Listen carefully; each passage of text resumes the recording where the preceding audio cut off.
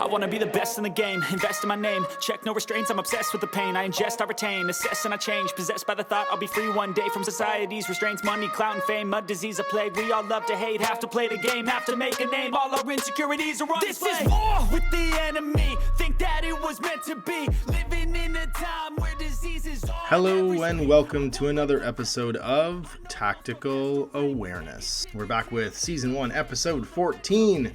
It's STEEL Phalanx, the Aleph sort of assault subsection of showy, killy reality TV stars that go into battle under the assumed names of ancient Greek heroes. I'm joined once again by Owen and Dan, and we will be talking about all the individual unit profiles, ways they fit together, how they compete with each other inside the same faction, and then give you some example army lists at the end. So let's catch up with Owen and Dan, see how their weeks were, and then jump into another faction guide on tactical awareness.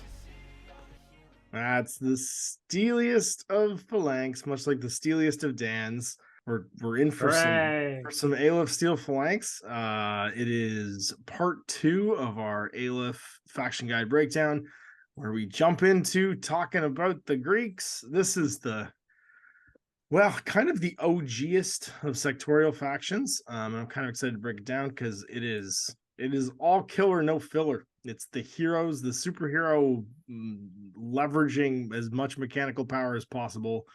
Infinity faction for us to talk about today. I'm joined once again by Owen and Dan. Say hi. This is your cue. Let's read. Say hey. I mean, you just jumped in earlier, Dan. Where'd that excitement go, Dan? We're going to break down this faction as we do. But first, let's hear about what everybody's been up to. I'm going to start you, Dan, because you're so excited. What have you been doing?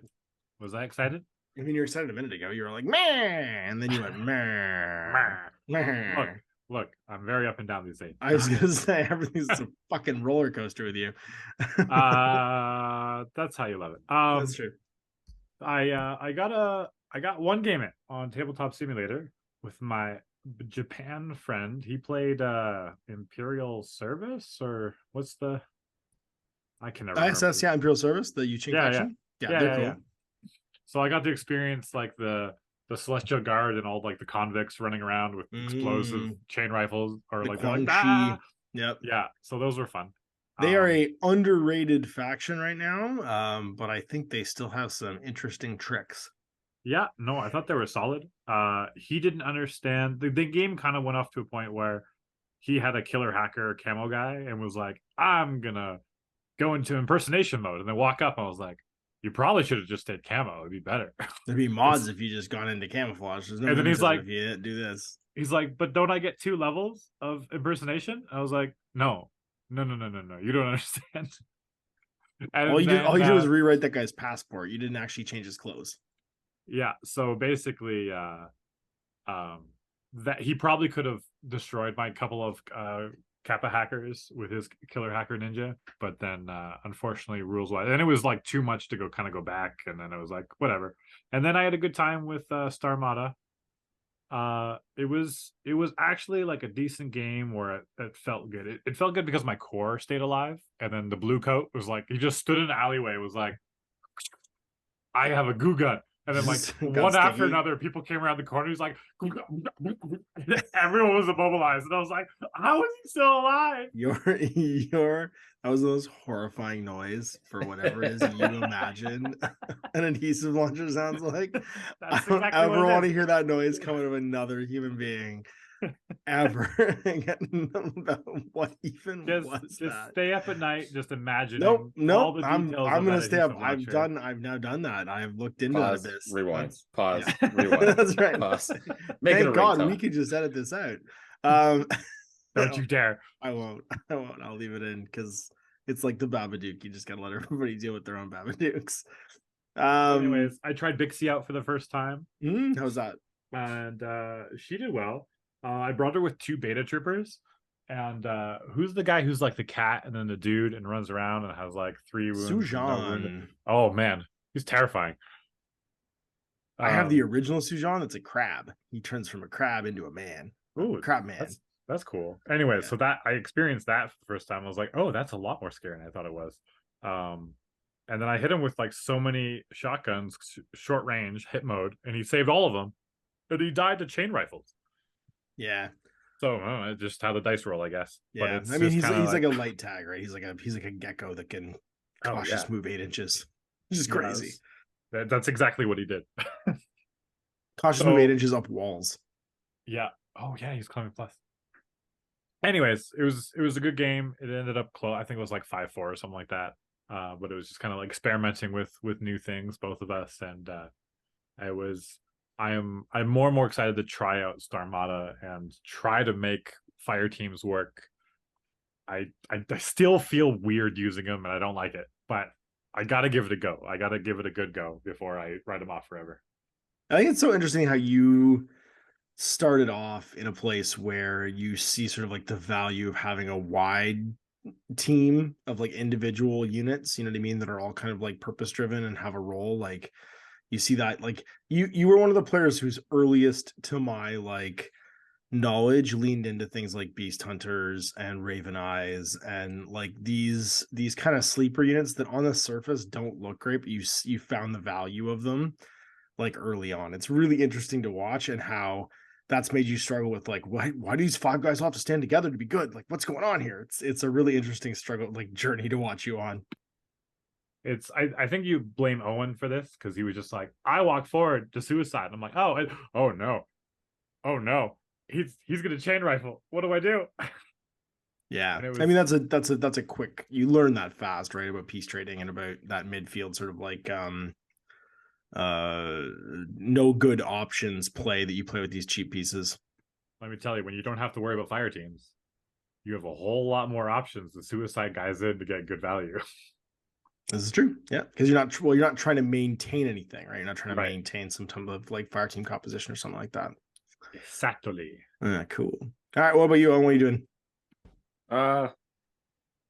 Painting gnomes, but that's what I've been doing this Just week. painting gnomes this week. Sweet. Other than I did play a game with my Steel Phalanx. Oh, It was fun. It was kind of a weird table. They made it that like what mission?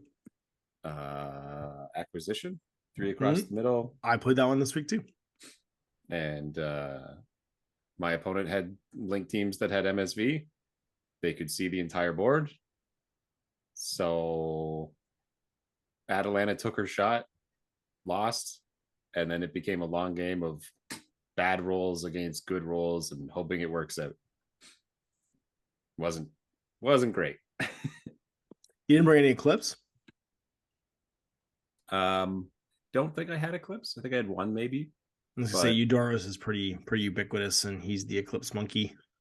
Oh, I didn't bring him. I had Atalanta. I had oh, that's right, because I wanted to use Hoplites. So I had Hector with 2 Hoplites and Atalanta and a Merm team with weird hacker medic Pandora. Pandy. And then Penicilia or Penthesilea. Penthesilea. Sure. I use her model as a motorized bounty hunter. I'm using the bootleg one I just bought as a motorized bounty hunter. That's what I'm doing for my second one. And I'll use her as Penthesilea too, my Aleph. I will say that the Hoplites get work done. They ended up winning me the game, despite as bad as it was, because it turns out total immunity Hoplite who walks 6 inches directly up to the antenna and just eats 2 Furbox and shrugs them off. laughs in Hoplite. I hit you with I'm built different. 2 explosive shot Furbox. I made my save.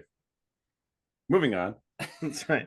Oh, sorry, I failed one. I think you meant these for someone else. I take a wound. Yeah.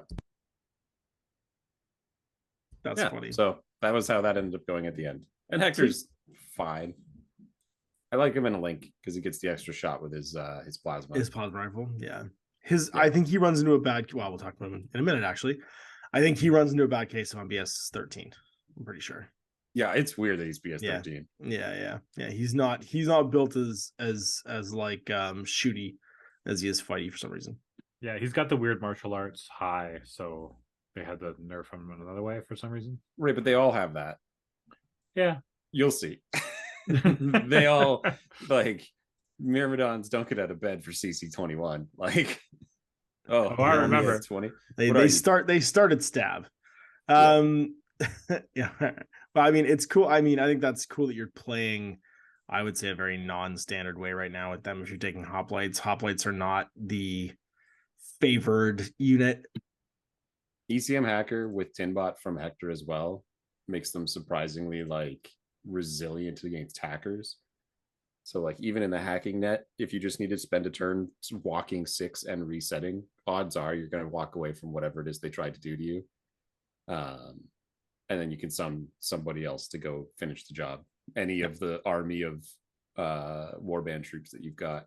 I love that idea. Let's talk about that at the end because I feel like it's a whole build to try and lean into hoplites that people aren't really exploring right now because it's expensive to take a heavy infantry link, and also there's never been a heavy infantry link until now either in Steel Phalanx. They're the only heavy infantry that isn't a character.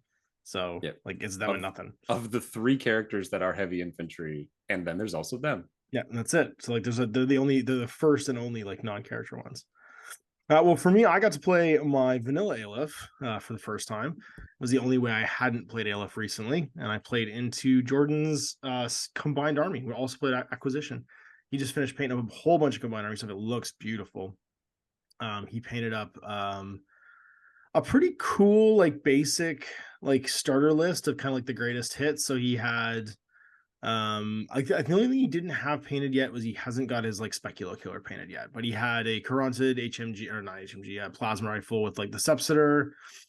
He tried the Zeodron with the Kalen Marksman rifle, which is no joke. That bioimmunity is so terrifying on a 3-structure chassis with Arm 5 BTS6 because no matter what you hit it with, it just switches to the other thing. So it ate 2 EM grenades or mines and just made all its saves. Because it would switch over to the other stat. So like it would, instead of taking on BTS, took it on armor, and then instead of armor, took it on BTS when I was hitting it with the AP Spitfire. So it just fought and fought. Like eventually it did fail one of its EM saves. Like I mined it twice with a Bashi, but it was a no joke like linchpin on the flank. And then he just had a sea of remotes. I think he has 8 remotes painted for the combined army, which just looks really cool too because they're all these like little crab bots. So it has like a really alien vibe. He had 2 Gakis and Pretas. He had Bit and Kiss. So he had a really cool like kind of mixed combined army list. I took the Agamemnon, who is an absolute hero. I am in love with that little tag. It's so nice. I tried out Atalanta, or not Atalanta, and she held down for a turn and then got blown away the way Atalanta does. I had, what else did I have? Some Thorkides. I had a lot of stuff just got pinned down, so I didn't really get to see how it was going to do. My Shukrachan command, my proxy Spitfire got pinned down early by like a missile bot and couldn't really go anywhere, but everything kind of did what it did. It was a good game. I need some cheaper midfield peace traders. I need a second motorized bounty hunter. I need to paint my beast hunter. Like it's all the stuff that isn't painted is the stuff that I'm pretty sure is going to unlock Aleph for me. But it was a fun game. And then I went and did some purchasing. I bought that new bootleg Pennsylvania, not new, but old bootleg Pennsylvania, so I can have another bounty hunter or try a penny.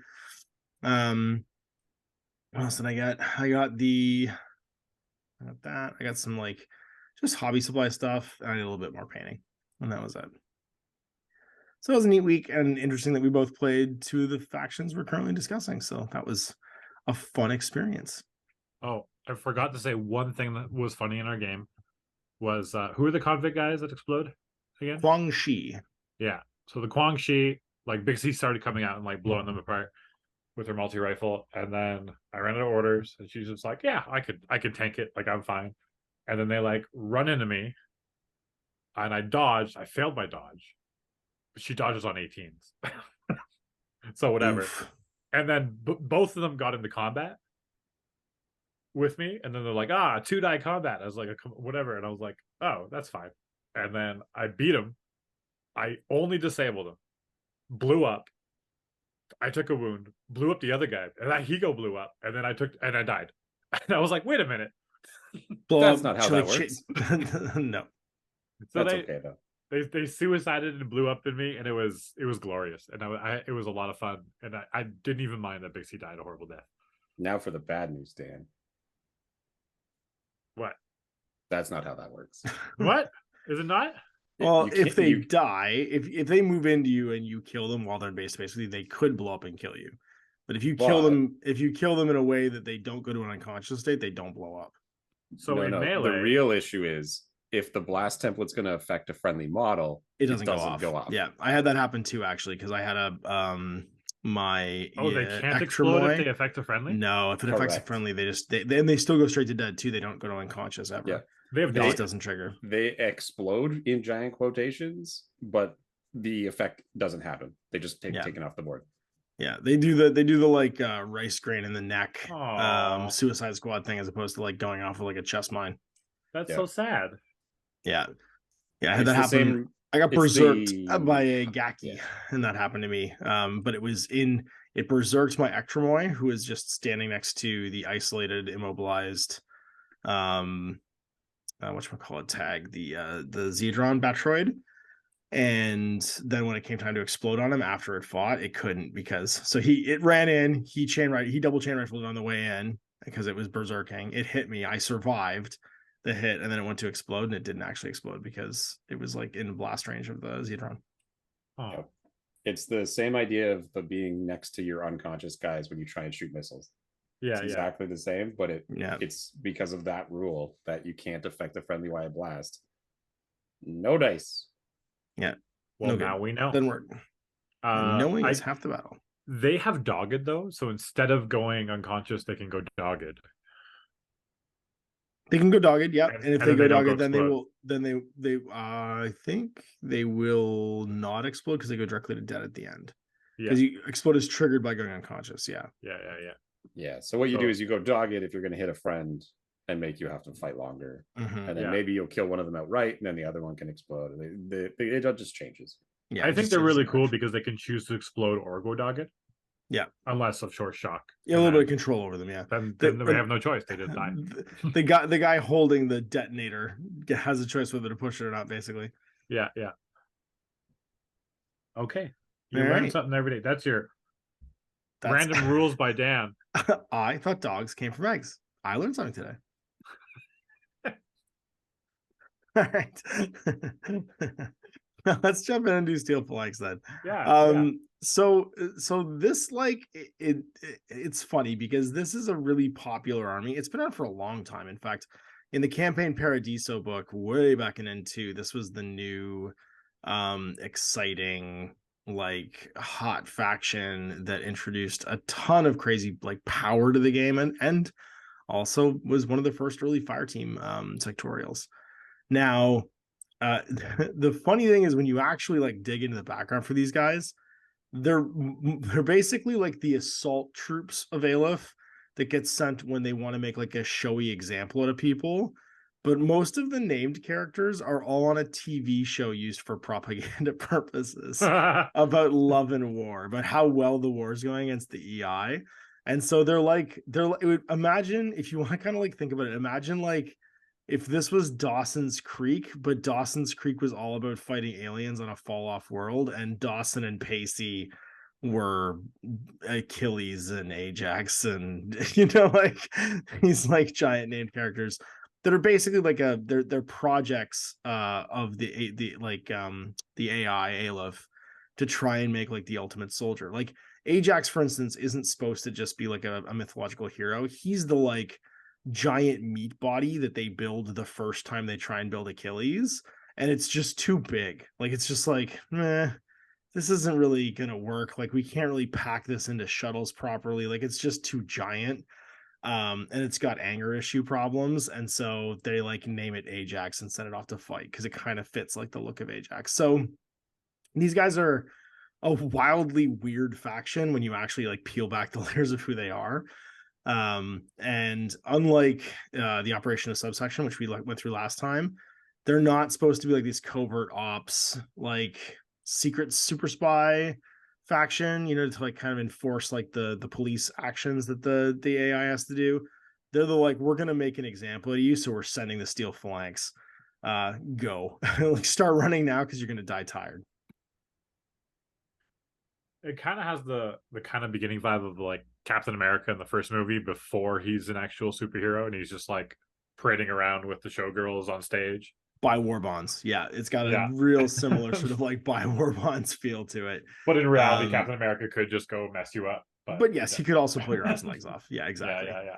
If you wanted to. They're really terrified that these guys get captured, or like or you know, like corrupted by the EI or like re-infiltrate. So if they send one into combined forces or into combined space, because of the fear of them being subsidized, they never let them come back, and they never download their cubes afterwards. That's why Perseus is like now sheltering with the nomads, because no one's really sure when he came back from fighting the combined armor if he's actually Perseus or not. It's like he's a rogue Myrmidon because maybe he's Perseus, maybe he's like a hacked cube version of Perseus because he was too close to the aliens. And because these guys reintegrate to the AI so often, there's like a real like techno terror basically that they might have been subsidized, and like a fragment of the code of the EI might infect the AI Aleph.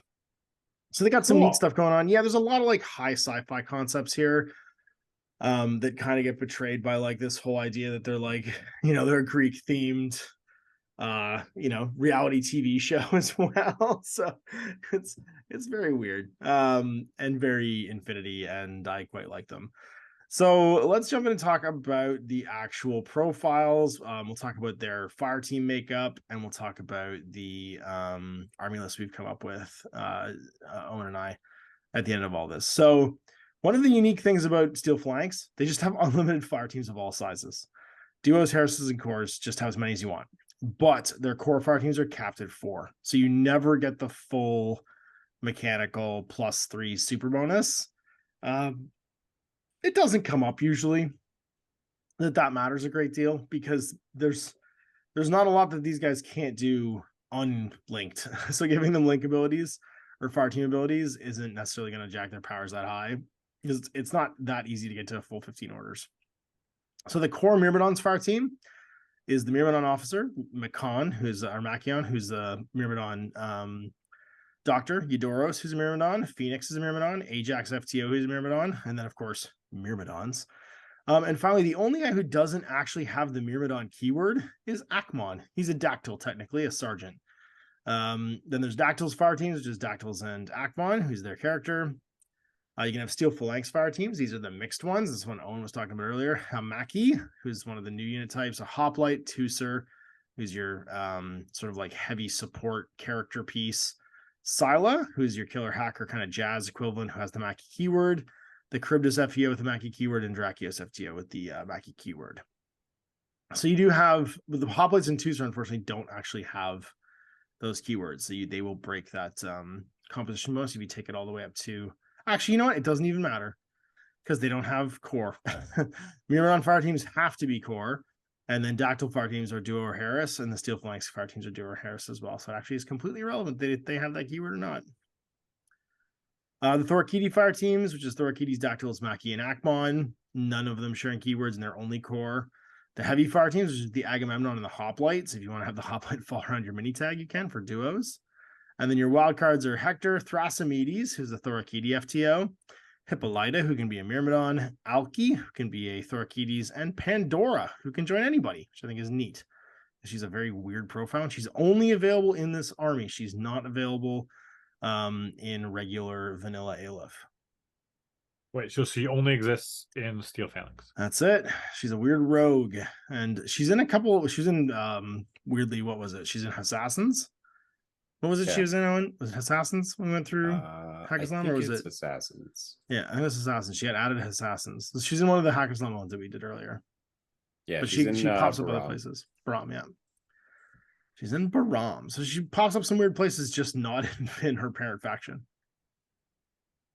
All right, let's start with our light infantry. So we use the same format as before. We're going to go through, talk about the classifications for these guys, give them some sort of like overviews and what they're good at. I'll start with Akmon, who's your character sergeant for the Dactyls, is your engineers.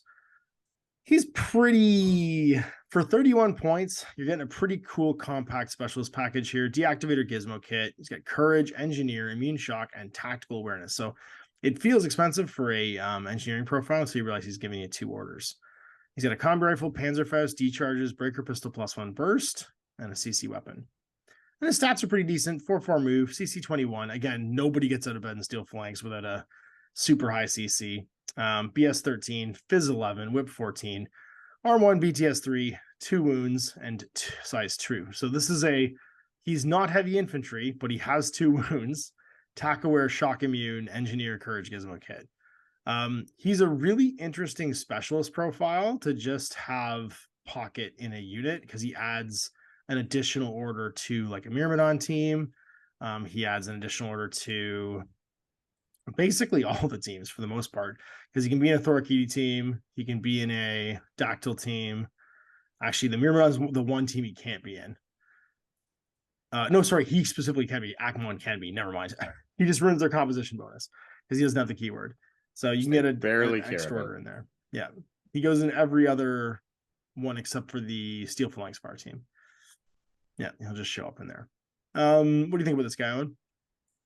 I mean, I haven't used him. I find like you're fighting for points in this, and 31 for a kind of engineering man. I mean, if I'm gonna keep playing Hoplites, maybe. But like, I think he's got neat because so much competition. Well, the thing is, like, so he's 31 points, yes. But if you look at Myrmidons, their basic point cost, their cheapest guy is 16. So he's 2 orders with the Myrmidons, right? For 1 less point. And he also has like the shooting ability. He's got all this like button pushiness he can do, right? And he's 2 wounds. So he's 2 wounds with the guys. He kind of sits, he's 1 body with 2 orders for 1 less point than the cheapest warband you can take. But I like the 2 bodies. Also fair. Yep. Certainly fair. I think he's got a sorry, go ahead. I was just gonna say I find fighting for 15 hard here, but I think standalone he's not bad just because he has tack aware. Yeah. Yeah. I mean, tack awares are just always good in fire teams because it's just like that I need to move everybody up to get in a position. Tack aware. I look at him as a support piece too, because if you throw him in a fire team, he's got a Panzerfaust, right? And he's got a really decent CC with +1 burst breaker pistol because he can throw 2 dice in there. And he can do a lot of these secondary objectives because of his D charges and stuff too. So this guy's an older miniature from like a buying the miniature point of view. He might get redone at some point. He might go into the action pack for Steel Phalanx maybe in the future. But he is I think he's a good utility piece. And I think that he actually adds a lot of value for his 31 points. Actually, I think that's worth making a quick comment on. This whole faction is surprisingly difficult to collect right now because so many of the characters are no longer in print. Yeah, they're getting remade. Yeah. They're all they're in the process. Like they literally just got a new box that got a whole bunch of new miniatures, and I'm confident more are coming. But just as a brief heads up. You might be waiting a minute, you might be proxying to use some of these guys, yeah.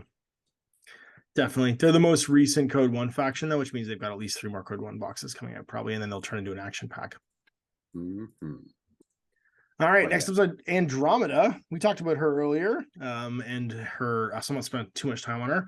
She's the 55 mil base, size 4 guard, with martial arts 3, CC attack +1 damage, courage, dodge +2, guard, shock immune, min -3, specialist, stealth, no wounding cap. It's kind of hard to make an argument for her when Penthilea is in a faction because Penthilea tends to do the same things she does on a motorcycle. So she gets there real fast and can get off of her 55 mil base if she wants to go wander around and kill things. I still like Andromeda. I just don't know where she fits in Steel Phalanx compared to in OSS or in specifically Vanilla Combine. Or Vanilla, sorry, Aleph. Yeah. 100%. Yeah. Especially because she's standalone. And like the coolest gimmick that you have going for you is unlimited fire teams. Yeah.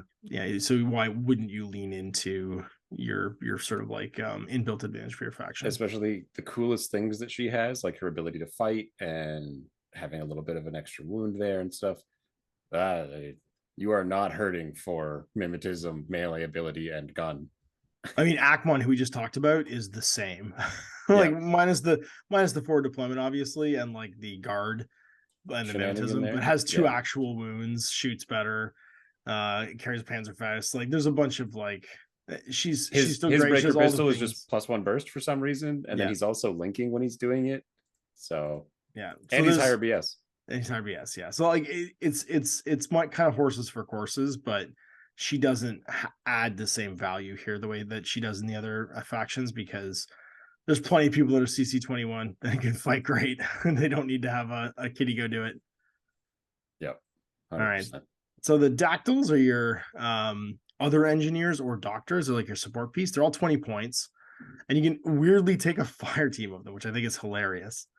Like a fire team of your doctors, so Harris of Akmon leading like an engineer and a doctor with adhesive lancers. But these are well-armed doctors. They also have flamen spears and gizmo kits if you want, or adhesive launchers and med kits and decharges. They've all got breaker pistol +1 burst.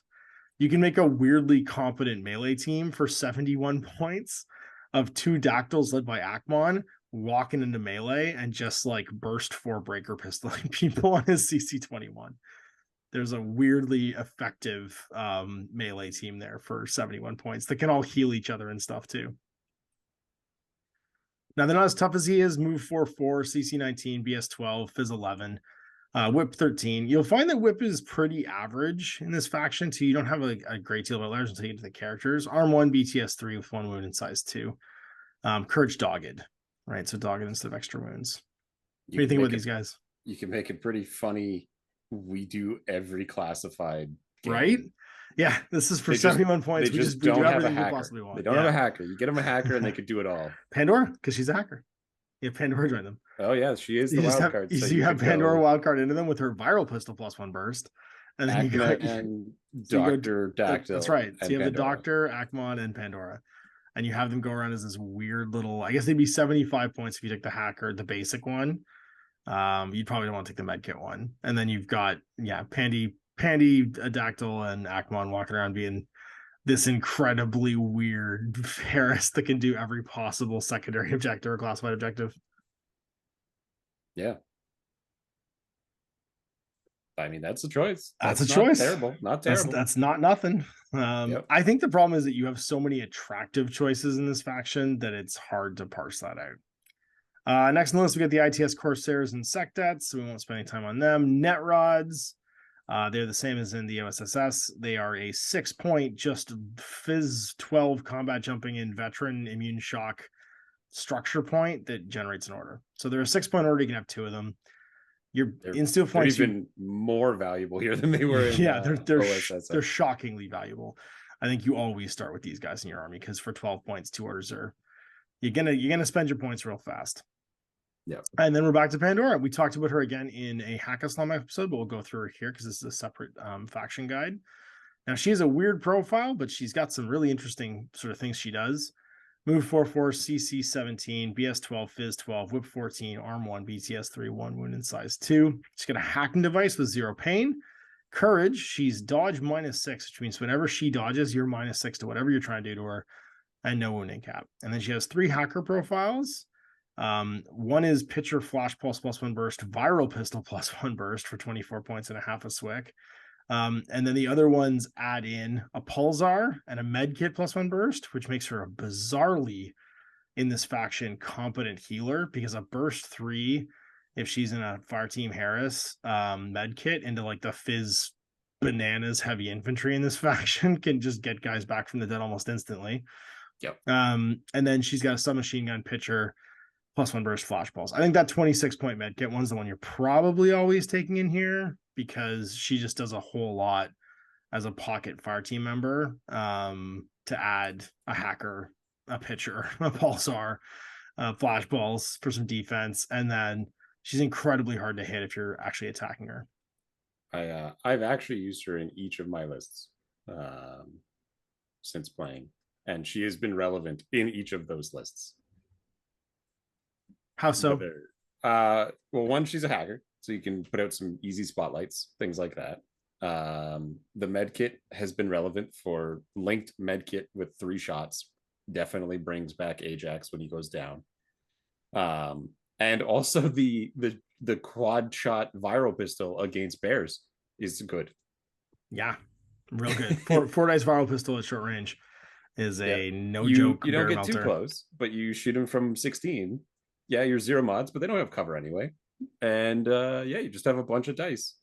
4 dice on 12s, just blasting bears. No armor. Yep.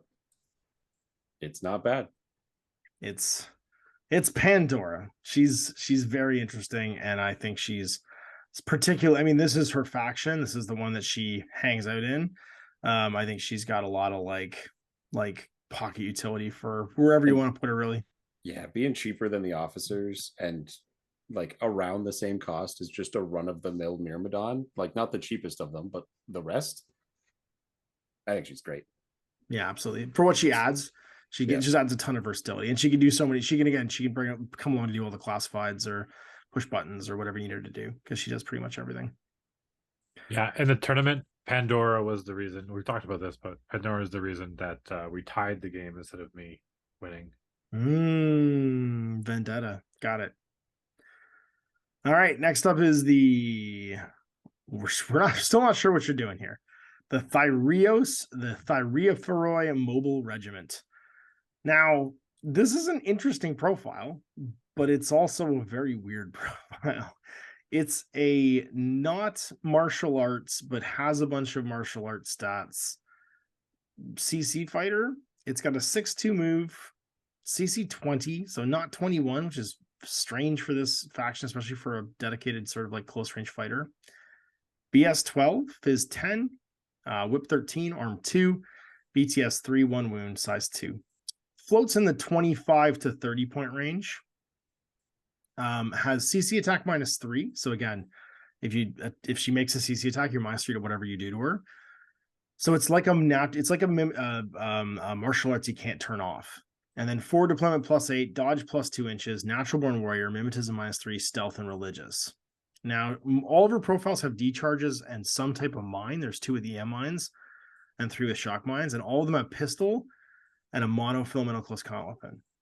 And so there's a boarding shotgun submachine gun profile that are just sort of basic, and then a mine layer with shock mines profile and the submachine gun. And then finally 2 hacker profiles, a killer hacker with the boarding shotgun and EM mines, and a hacker with D charges and EM mines and a submachine gun. I'm struggling to think why you would take a forward deploy midfield hunting piece that can't marker state to get into melee, doesn't have smoke of any kind. I mean, you can killer hacking. The killer hacking is, well, that's the only one. The killer hacking and the mine laying one, because this is like your only midfield jamming piece, and the mine layer could, for 24 points, litter the midfield with mines and maybe do something. It does have stealth. But the killer hacker is the only one that could probably make it to melee without having to have someone else throw the smoke grenade that gets her there. Yeah, it's a weird one. And the killer hacker one is the most expensive profile, which is super weird, right? Boarding shotgun, EM mines, killer hacking device. Because they didn't get the points. SMG discount. Because all the other ones do. I know. Because like the base shotgun with no skills is almost the same as being a hacker and is more expensive than being a mine layer. Because shotgun. Yeah, because of the shotgun. So I don't know. I don't know why. The problem is that all of your troops are really competent CC pieces, and most of them bring other things to this. She's very specifically to fight other natural born warriors, and I don't feel like they're prevalent enough in the game that there's a reason to include this piece that often. It makes sense. So maybe the mine layer profile, because that could be useful all the time. Otherwise, you're looking at a stat line, a base stat line that's really specifically tailored to not have its martial arts turned off, and then still impose like a penalty to fighting, and then is still only CC 20, but has a monofilamental close combat. Do you have any thoughts on this, Dan? Maybe fresh eyes, like you don't play this faction. Do you see anything here that you think? Like I've played against the other stuff, and I look at this guy and I'm like, why? Like if he was like 15 points, then yeah. it's Dan only double takes that. mine layers if they're under 20 points. Dan's spoiled by O12. I mean, I love EM mines. EM mines are always fun, but it just, you're paying for the monofilament CC weapon, but it's too hard to use the monofilament CC weapon. I feel. Yeah. It's just about getting there, you know? Yeah, I don't see what they're going for here, I guess is what I'm trying to say. I don't see what like usually I can look at a profile and be like, okay, yeah, I can see where I take this in this particular faction. Like I can find value in a profile. I'm struggling to find value with the Rios. And again, this is a new profile. This is a brand new profile that came with Black Wind, and I just don't really it's not speaking to me. Maybe someone better at Infinity than me will see where this one's tuned to, but it really just looks like it's a natural born warrior hunting piece. Like this model's to go fight the unknown ranger. Maybe if he had no melee. wounding cap Even dogged or dogged, because like I'm thinking like, okay, you can start 20 inches up. You're 6'2", so first move you're in there half of the board. So like if you brought the 24-point mine layer, you can first order be on top of whatever camo marker or infiltrating guy they have. You're not a heavy infantry, so you're basically going to flub off of the hacking attempts against him. But he's also only Fizz 10. So like if you run into the 5 million versions of template weapons that most of the infiltrators have, you can't even dodge them. Yeah, you're just going to get hit. Like I feel like the Fizz 10 was there to like discount the cost, and because it has a mono weapon, it doesn't need to have a high Fizz. yeah. But it's a defensive debuff. Yeah, because like I'm thinking the things like Team Serious, where they have a repeater and a hacker that can be right up in your face right at the get-go. This guy would kill them both. The problem is that the dog is going to just hit him with a goo gun template, and this guy's going to 50-50 not even dodge it. And if he tries to dodge, he didn't do anything. If he doesn't dodge, he's only Fizz 10. He needs a 4 to not get caught. Yeah, he's got stuck. Yeah, I don't know. He falls into the same as like the Nahab area mobile team, where like they have this like wall of abilities, but you're like, why would I bring this? I don't think it's why there is a why. Like you can see the why. You can see what it's trying to do. It just doesn't feel compelling. Like that's to me, it's like I can see what they're going for. I just don't know why I would want that compared to lots of other things that are in this faction. I feel like I'm looking at like a Miranda Ashcroft kind of profile. Yeah, a little bit. I can see that, but like just the feel of it, of like, but can't even join a fire team. Like there's literally no one. There's nothing for this. There's no one for this person to join. They're just all on their own doing their thing. This is a bottle profile. That's true. Moving on. Moving on. And from there we get to War Cores. Everyone knows them. Everyone loves them. Yay, the War Core. If you go to journalism school in the human sphere, don't, because you're gonna get shot. That's basically what happens. So then medium infantry. There is a big slice of medium infantry in this list. It's interesting how they have more medium infantry than light infantry. And we'll start with the Thorakiti. So the Thorakiti is the sort of, it's almost your line. Well, it is your line troop. They're almost like your basic standard profile for this faction, and they're medium instead of light, which means they are surprisingly tough. They're a bit like U.S. Ariadne Grunts, which will, again, I guess I'm referencing something we haven't gotten to yet, but if you're a U.S. Ariadne player, you'll get this, is that they have high armor and decent fighting stats. So they are Move 4-4, CC 17, BS 12, Fizz 11, Whip 13, Arm 3, BTS 0, 1 wound, and AVA 6, but they are Religious Troop and Frenzy. And Frenzy discounts their costs a little bit because when they're by themselves, they can lose cover as soon as they kill somebody, because they will go into Frenzy and become impetuous. Now, there's a lot of cheap profiles here. There's basically 3 classes of guys and then 2 like heavy weapon profiles. There's a submachine gun profile, a combi rifle profile, and then there's a heavy machine gun and a Fearbach profile. Now the submachine gun and the combi rifle can all carry different stuff on top of that too. So for instance, there's a submachine gun that comes with a pulsar, one with a light rocket launcher, a forward observer one that's got a pulsar and a flash pulse, a paramedic that's got a pulsar and a med kit, And then the combat rifle can come with a nanopulsar and a hacking device, or just a nanopulsar by itself.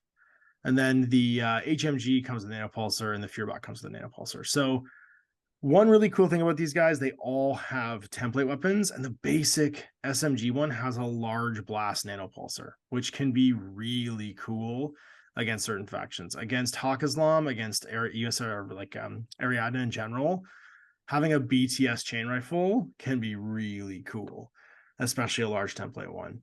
Do you have any thoughts on these guys? Now they can go all the way up to fire team core, which means you can get rid of their frenzy kind of weakness by having them in a fire team. I think that's probably a good option here. What are your thoughts on these guys, Owen? If you want 15 orders, you have to bring Thorakitai. I agree. That's just how it is. Yep. They will be in your list. The number may change, but you will have like 2 to 3 of these guys if you're going for a 15 order list, because you just can't do it otherwise. Yeah. Everything is so expensive, and like also everything is so demanding of orders, whereas these guys are like, yeah, I'm here. Mm-hmm. They're also one of your only options for heavy machine gun and a Fearbot that's not on a hoplite or a character. Yeah, well, I think actually they're your only heavy machine gun option. No, that isn't the not the Agamemnon. He's got a Spitfire. The hoplite has one. The Agamemnon? Yeah. HMG or a AP? Oh no, he's got an HMG and a heavy Spitfire. That's right. Yeah. I take the AP Spitfire usually because it's better. Yeah, true. In most cases. So you're right. I think at 15 orders you have to take these guys, but I think they're a great little unit. I think the frenzy discount that makes them a little less compelling in vanilla Aleph, but because they can all join fire teams here, unlimited numbers of fire teams, like why not? And they very specifically only have core fire teams, because otherwise you just take nothing but duos, right? You just have all these little duos running around, get rid of their frenzy. Yeah. So you have to have a minimum of 3. You're taking cores, but it means that you can just have little 3-man core team with like a light rocket launcher, pair of SMG pulsars, and you're looking at 40 points. 40 points for 3 orders and a fire team. Exactly. Yep, they're dirt cheap. And then there's a whole pile of wild cards that potentially can hang out with them. Yep, absolutely. Yeah, Mostly 40 points for a light rocket launcher, 3 submachine guns, 2 pulsars, and they're all armed 3. That's a great little like flank holding ball of wounds. And they keep their 4/4, which is the big difference between them and Grunts. Grunts got the benefit of the armor and stuff, but they lost. That's right. They're stayed one of at the last mediums of that stat. Yeah. Yeah. All right. Let's talk about the Agema Marksman. Oh, Agema Marksman. You're great. The Agema Marksman is a newly hidden deployment unit. It wasn't a hidden deployment unit before. It's a bit freaky because of this, but it's MSV2, surprise attack -3, courage, hidden deploy. So you're only ever getting that surprise attack once, but it's sitting on a 4/4, CC15, BS13, Phys 11, Whip 13, Arm 2, BTS3, 1 wound model, and it's got a multi-sniper rifle, a multi-marksman rifle, or a missile launcher. And that missile launcher is gonna ruin some days. This is the I reveal my links and shoot you, and you're like, I reveal my trap card. That's right. And the Agema Marksman kills your links. Yeah, this is the same as the was the Noctifer missile launcher, right? This is a hidden deploy missile launcher sitting with as many possible fire lanes, and when a big juicy fire team goes by, it just blasts a giant hole out of them on its second move. Or it hard counters that because there's like 4 terrifying MIM6 hidden guys that exist in the game, and none of them want a missile launcher with MSV2 to come out of nowhere and hit them. Or a sniper rifle. Actually, I think the sniper rifle is a more compelling one in that case. If you're looking at it as a point defense piece for killing other hidden deploy mimetism models. I'm thinking of the Sphinx, right? I'm thinking of the Swiss Guard. I'm thinking of the Lynx, and those are the ones on the top of my head. Mm-hmm. Yeah, absolutely. I guess I think missile launcher, one, because he's cheaper. And the second one is I don't expect to use him as an active turn piece in my brain. Like there's so many people that are going to compete for that active turn. But I like the multi-sniper rifle because it doesn't go 0 to 24. You can't get inside its bonus as easy, right? Because it's 16. It goes to +3. But the rest of my army is like 24 inches. We made it. For sure. Yeah. And the MSV2 is great as well. Yeah. But that again, marksman can get you either like a surprise chunk blow to the army, or again be that response hunting piece for other like camo and stuff. Because you don't have a lot of MSV in this faction that's outside the Agema. And the Agema is your Except sort of for like, one very noticeable exception. Yes. Well, it's the lead Agema, which we'll talk about in a second. Agema Electra Boogaloo. And that's Atalanta. But here's the thing is, it almost behooves you, if you're going to take an Agema, you might as well just take Atalanta. Like, I get that the missile launcher is great, but Atalanta's just built different. Just bring both.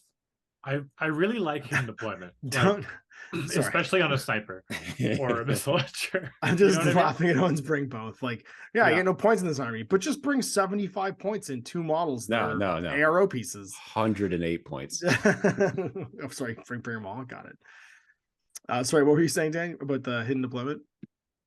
Just been fooling around a lot with like the links in 012.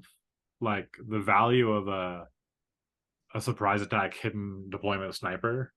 I think it's understated. It's just being able to leave a lane open suspiciously, but kind of like have guys by, and just like that big piece comes in and you're just like, missile launcher.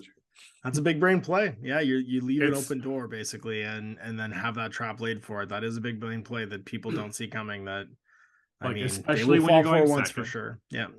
And if it's against like a faction like Hack a Slam, where they can like just put a smiley face beside your sniper, you're like, well, if you don't know I have a sniper, you can't put a smiley face beside it.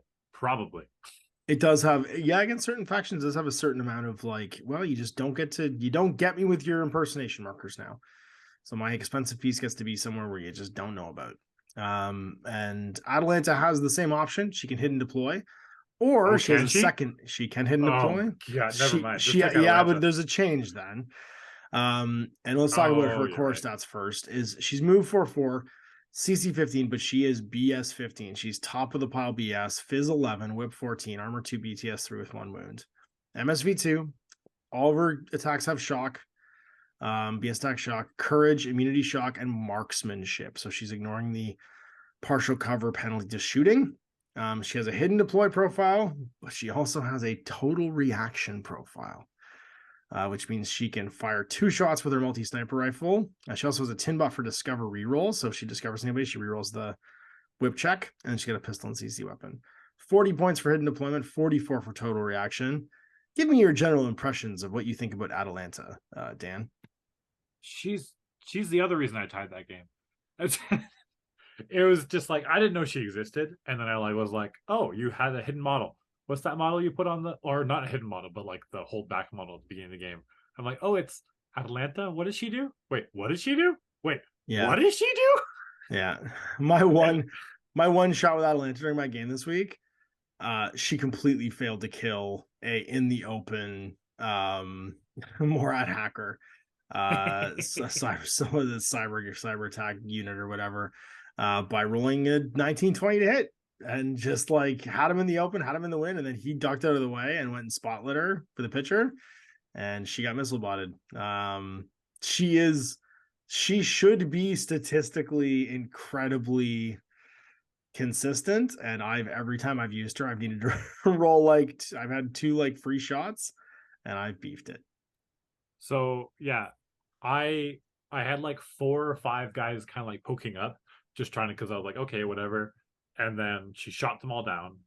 And then my Zeta took 2 wounds going across the board, hopping. I didn't have to worry about cover. I did hop from cover to cover just so I'd have more armor. But it was just kind of it's so hard to root out if she's got a good nest. If you don't have infiltration, pop in behind her kind of stuff. Yeah. And so if you just to fight her straight up, she's always hitting to 18s pretty much. Yep. It's just with total reaction. Hidden deployment, I was just gushing about hidden deployment, but the total reaction just seems like a no-brainer. I honestly think I'm probably going to start just taking her with hidden deployment. So my opponent, I think she plays that Gemma game better. You just need to give her somewhere she can strafe across. You need to give her like not a nest. You need to give her a rooftop she can walk left to right and like broaden her fire lanes on and like actually have her do something active turn. I think she's great either way. And I'm now not convinced that she's the ultimate ARO piece, so I'd rather save the 4 points and just have the like advantage of people not knowing where she is. No, I guess the more I think about it, it's not knowing where she is if you're going second is huge.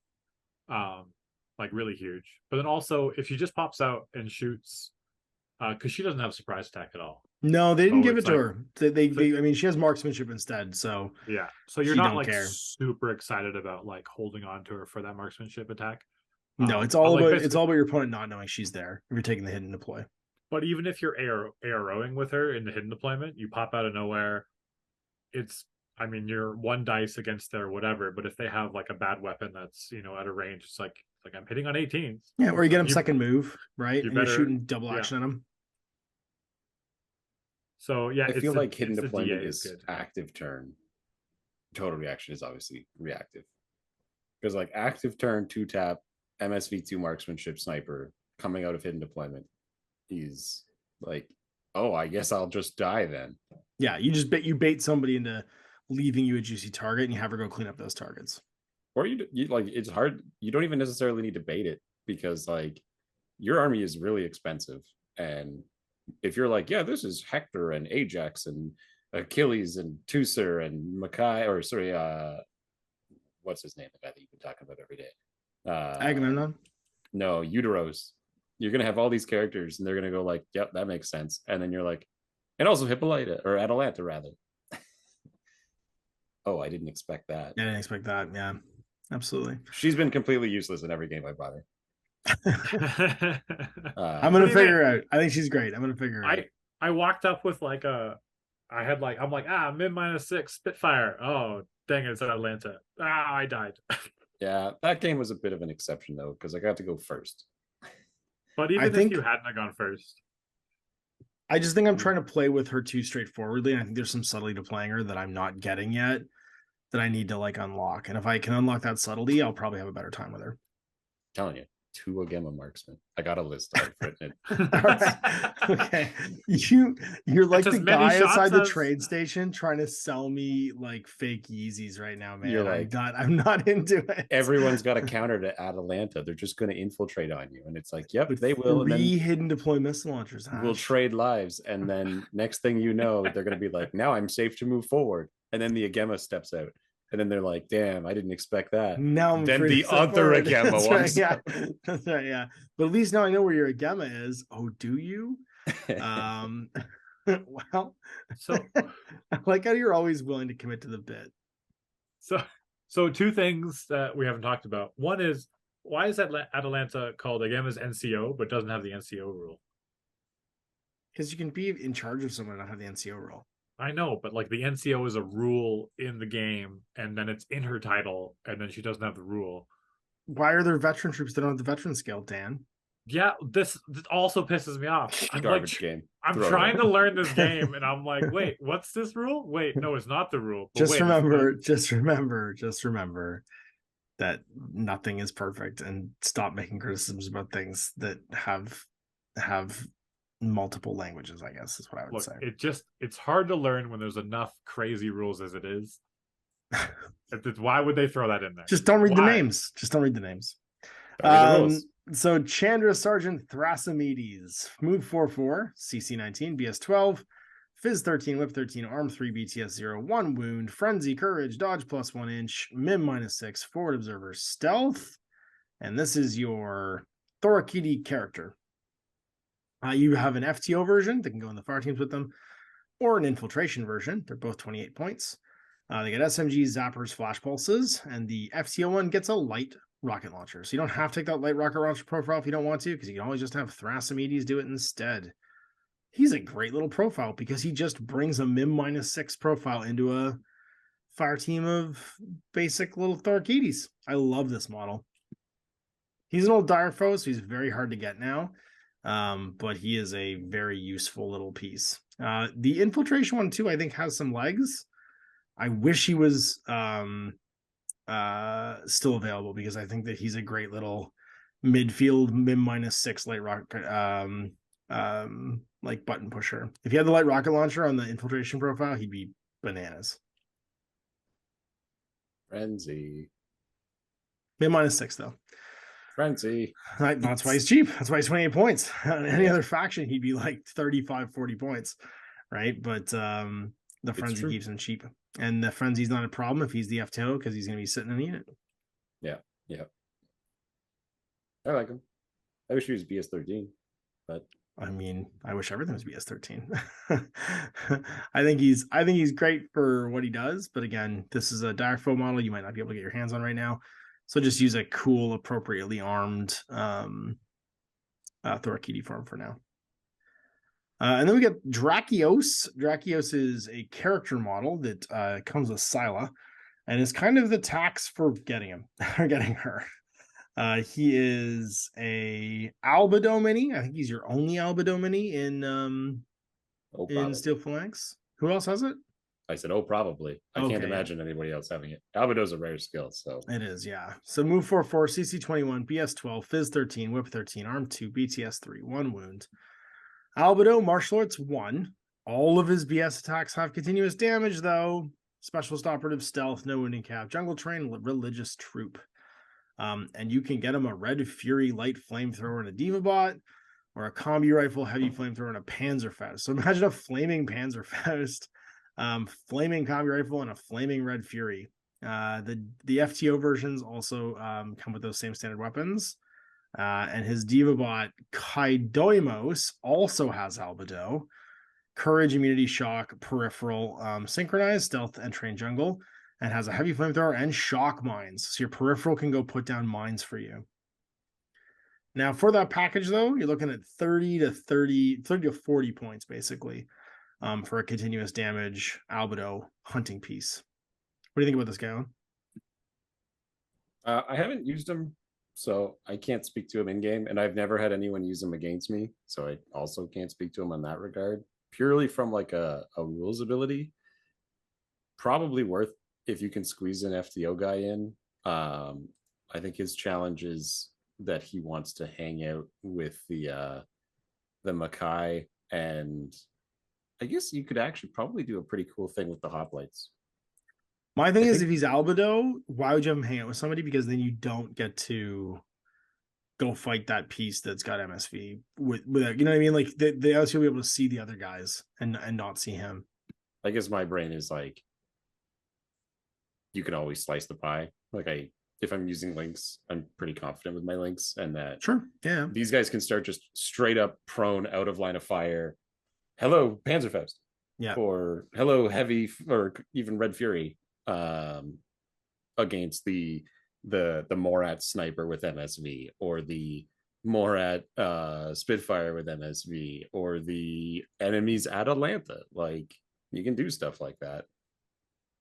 Go fight Janzabans, go fight Usha, anybody with a visor. Oh yeah. My thought is just that you then, for 6 points more, you do get that Diva Bot that can drop mines and is also Albedoed. So having like a Albedo Diva Bot just walk over next to somebody and drop a mine next to it because they can't even see him. I just think it's funny. But again, you're looking at an expensive, very specialized like piece that is competing for space in a very specialized, expensive individual piece faction. So I think Drakios is neat. I think he's a bit overshadowed because there are other pieces that can gunfight. There are other pieces that can fight melee. So even though he's pretty competent melee fighter with an EMCC weapon, there's just other stuff that does it good. He's a bad pair for some people's armies, and the rest of the time he kind of sits around going like, well, why am I here? He might be like a list 2 piece that you have in case you drop into Pano with lots of visors, or in case you drop into, you know what I mean? Something break in case of enemy Steel Phalanx or Pano. That's right. Exactly. That's the alternate list. Yeah. Or like I just feel like when you're playing against Steel Phalanx, you assume mimetism, I think. No, but all albedo the counters beverages. the MSV, right? Right, So but that's people what are I think. gonna, yeah, So if you're fighting Steel Phalanx, if you have MSV in one list, you're probably going to bring that list because you don't want to be fighting against all this crazy min I see what you're -6 saying. everywhere. Yeah, I see what you're yeah, saying. and that's And my thinking so, too. Is But that then some factions don't have access to MSV, really, right, Dan? So yeah, but it's like you just beat those people. then you up. don't. But then you don't bother with this guy. You find a better use for that because that 40 points is 3 Achilles, right? So that this guy transforms into a Harris team of 3 Achilles if you want him to. I Which is like to where- roll the dice. Yeah, I like the 30-point FTO guy, where yeah, he's still pricey, but he's no wounding cap. He's still a decent like little fighty guy, and I can send him with like a hoplite or something else, or maybe a hoplite and one of the other guys that we're about to get to, as a weird like, hey, we're the problem solver team. Like, Yeah. what's your abilities? Well, our 3 guys are NCO, MSV, albedo, burning attacks, and total immunity. Yeah, and that's and my Harris. You peek a corner with him wherever the epsilon is, and you just fire 2 flaming Panzerfausts at him when he can't see you because you have albedo, and go like, "Well, the MSV's gone. Everybody else, And let's then they're go!" like, oh no, you they can, actually you can dodge have... though, right? Yeah, you can Yeah. dodge for sure. It's Still just dodge the out of fact line of that, fire. and also a burning Panzerfaust solves many problems. Like you walk up to a Marut and eat continuous damage Panzerfaust. Wait. Oh, it's out of line of fire, even though you're looking at it because they just can't see you. Because you're in zero vis zone because you have albedo and they have a visor. Yeah, visor can't see you. That's why, like, I think his value personally is the FTO with a Makai and a hoplite. That 1, 2, 3. Sure. Yeah. Yeah. It They're could be a collection of a weirdos. Mr. Fix-It weirdo team. Yeah. That's fair. Well, let's talk about the person who comes in the same box, which is Scylla. These guys are also available to a content Cemento, by the way. That's why they both have jungle terrain. So now she is a great hacker. CC 20, BS 12, Fizz 11, Whip 13, Arm 2, BTS 6, 1 wound, and she has built-in ECM hacker -3. Whenever she hacks, or you hacker, she is -3 with electronic countermeasures, which is amazing. And it's not firewall; it's just a -3 to hacker. So she has courage, immunity, shock, and jungle terrain. She has a hacking device upgrade Trinity +2 damage, boarding shotgun pitcher, and a Charybdis Diva bot, which has a heavy flamethrower. It also is ECM hacker -3 and a repeater. And then she has an Evo hacking device that has upgrade Trinity, or a hacking device with upgrades Trinity +2 damage. And a boarding shotgun. So you can take both profiles, either the Evo hacking device or the hacking device with Trinity built into them with the Charybdis bot and boarding shotguns, or you can just take a boarding shotgun pitcher with the regular hacking profile. Now, the ones with the bots are 35 points. The base one's 28 points. If you're taking a hacker in Steel Phalanx, I think this one's it. This is the profile you take. What do you think about it, Ron? Well, as far as if this is the hacker, Pandora is also a hacker. This is if you want to if you want to kill somebody. Sorry, if you're taking a hacker to kill somebody and do every job. If you want a hacker to do all the jobs, she does all the jobs. Now her whip isn't great, but she's going to punish with firing pitchers and having ECM hacker -3. She's like a Barid that also has maybe an Evo hacking device if you want to upgrade your remotes. I have a gimmick list that I made with her, but I do like the fact that the Charybdis is a repeater because it saves you a bunch of orders. Because like pitchers are cool, but pitchers are unreliable and they're also limited. Whereas this and you're gonna run out of ammo. Yeah. Whereas a Charybdis walking up on you and flamethrowing, they're probably gonna dodge, but then Charybdis doesn't really need to do anything anymore because now you activate and you're like, do you want to dodge or do you want to get hacked? And you get the firewall mods as well, right? So like the Charybdis walks up and looks at an enemy hacking target. Doesn't even necessarily just a hacker, but something that you could hack. And there's no good answers anymore. All of a sudden, they are either getting hit by flamethrowers, or they're getting Trinitied, or they're getting blackout, or isolate. Like something's bad happening to them at no risk to her. Yeah. And if you take the Evo hacking one, you can fairy dust your heavy infantry, which is a huge deal because BTS good. If you're going to have characters that are heavy infantry in this one, you want to protect them from hacking. Yeah. I like the Evo one because it's an Evo hacker who can still get work done. And when we get to the Ectremoy, I think they're the one drop troop that I like. Oh, I love them. I love the Ectremoy. I Yeah. did so much work with my Ectremoy last game. They're so great. And they're next, actually. And this is your drop troop for the Steel Phalanx. They're basically like a Greek style fighter. So CC20 BS12 is 13, which means that they can combat jump pretty reliably on a 65% chance. Whip 14, which is great for hackers. Arm 2, BTS 0, 1 wound. Have to 4 of these guys. They're martial arts 3, courage, frenzy, parachutist, combat jump, stealth, super jump, and dodge +1 inch. You take a Spitfire with a pistol and a DA close combat weapon and a nanopulsar, a +1 burst chain rifle with a heavy pistol and a DA close combat weapon, a hacker with a +1 burst chain rifle and a heavy pistol DA close combat weapon, and a killer hacker with a submachine gun flash pulse pistol DA close combat weapon. I like all these profiles except the Spitfire. I don't know why I take the Spitfire. All the rest of them I love. The Wombo combo is 4 20-point chain rifle +1 burst Ectremoys with Cilia doing the support jump. Yeah. And then you just rain down on your opponent and never activate. You're just like, we're here now, and you can't advance. Like, did you cover every single line of fire? Did you block every spot where we might land? Because if one of these guys makes it, they're going to kill everybody around them. Like, it's a lot of templates. Yeah. Template spam. Like, you can coordinate chain rifle and just chain rifle a bunch of people all at once, so long as they're all reaching towards one guy. But the fact that they're coming from every direction means that you can wipe out entire link teams with a bunch of these. They do still have heavy pistols. They also have terrifying melee because they're DA close combat weapons with that CC22 martial arts 3.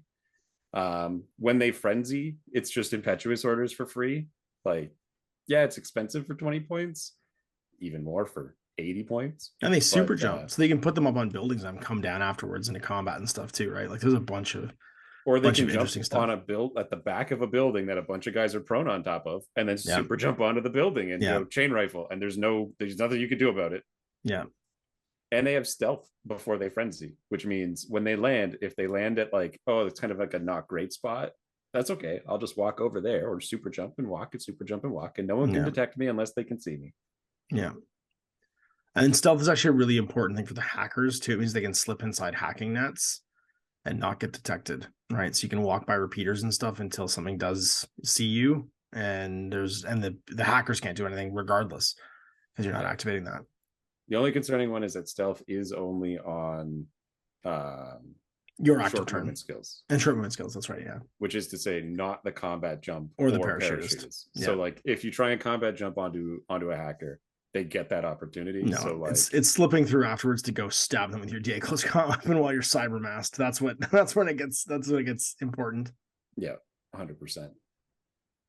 I think they're neat. I think they're great, and they're relatively, and the frenzy discount on these guys makes them really attractive, I think, because they're not that expensive. Because normally you're seeing like 5 points more across the board for all these profiles. For easily, yeah. They'd be like Raziats expensive all of a sudden. And the fact that you have hacker killer hacker profiles is bananas. Yep. Huh. This was my I don't want to use any link teams list. Just to see. Yeah, that's I think Steel Phalanx is just fine with it taking any fire teams. Yeah. All right, next up is Mackey, Steel Phalanx operative units. These are your MSV troops, MSV 1, CC 16, BS 13, Fizz 11, Whip 13, Arm 3, BTS 6. They're relatively tough. 1 wound, 2 size, and they're AVA 3. They got courage, immune shock, mimetism -3, stealth, and they're all NCO'd. They all run in the 30 to 35 point range. And they got a bunch of great guns, and they can Thorakiti fire team, which means you can have one of these guys in any Thorakiti team for 30 points. You got Shock Marksman Zapper, Missile Zapper, Red Fury Zapper, and then an FO profile that's Breaker Combi Zapper, Flash Pulse. They all have an EM template, Breaker Pistol and Close Combat Weapon, and they're not that expensive to stick in like a MSV piece in with your Thorakitis. I kind of talked about how I felt about them as problem solvers. Sure. The thing is like, you've got Atalanta, that's kind of your MSV piece, and your opponent has to solve a problem for that. But these guys are like the Mr. Fix-It Harris team that's in my head of Hoplite plus this guy plus the Albedo Drakios. What profile do you think? Shock Marksman? I think you're either Breaker Combi or Missile. The Breaker Combi is the same price as the Shock's Marksman, and Breaker just has so many more uses than Shock does. The range bands are cool too, and it throws in a specialist.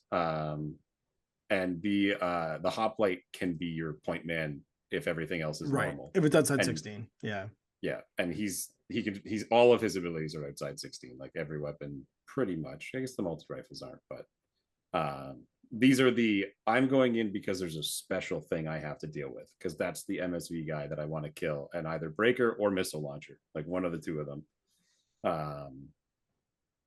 And then obviously Drakios is if they have MSV, and the Hoplite is if they have raw, like good gun, like you're fighting against the AP HMG guys and stuff like that. The Hoplite's just like, I'll do it. Yeah, the Fear Box and Missile Launchers. Being able to corner pop a double tapping EM mine infinitely is pretty attractive, right? Because that zapper is gonna really hurt. Just being able to come around a corner to tag and be like, all right, what are you gonna do? Because if it's make 4 BTS rolls or be like immobilized, isolated, that's your choice right now. And he gets you NCO, which means that your lieutenant orders are getting some use, because often a lot of the lieutenants, other than Hector, they don't want to use their lieutenant orders, and they'll be buried in the fire team, or their Achilles, and he doesn't share. Well, and then I was gonna say, and then you have a fighting lieutenant. Doesn't matter. Yeah, but that's what I like them for. On their own, I find them really pricey for 1 wound guys who just die. But it's because they've got the mimetism, the hard, like the big armor and BTS, and a visor and stealth, and but if you throw them just toss them in there. I actually feel like these guys are really affordably priced for their profile, because they don't have any inbuilt like weakness like frenzy. You know what I mean? Like there's nothing in here that's like a particularly weak stat. They don't seem to have like a dump stat. Maybe it's just the CC weapon and the CC stat, but like they're pretty cheap for what they do.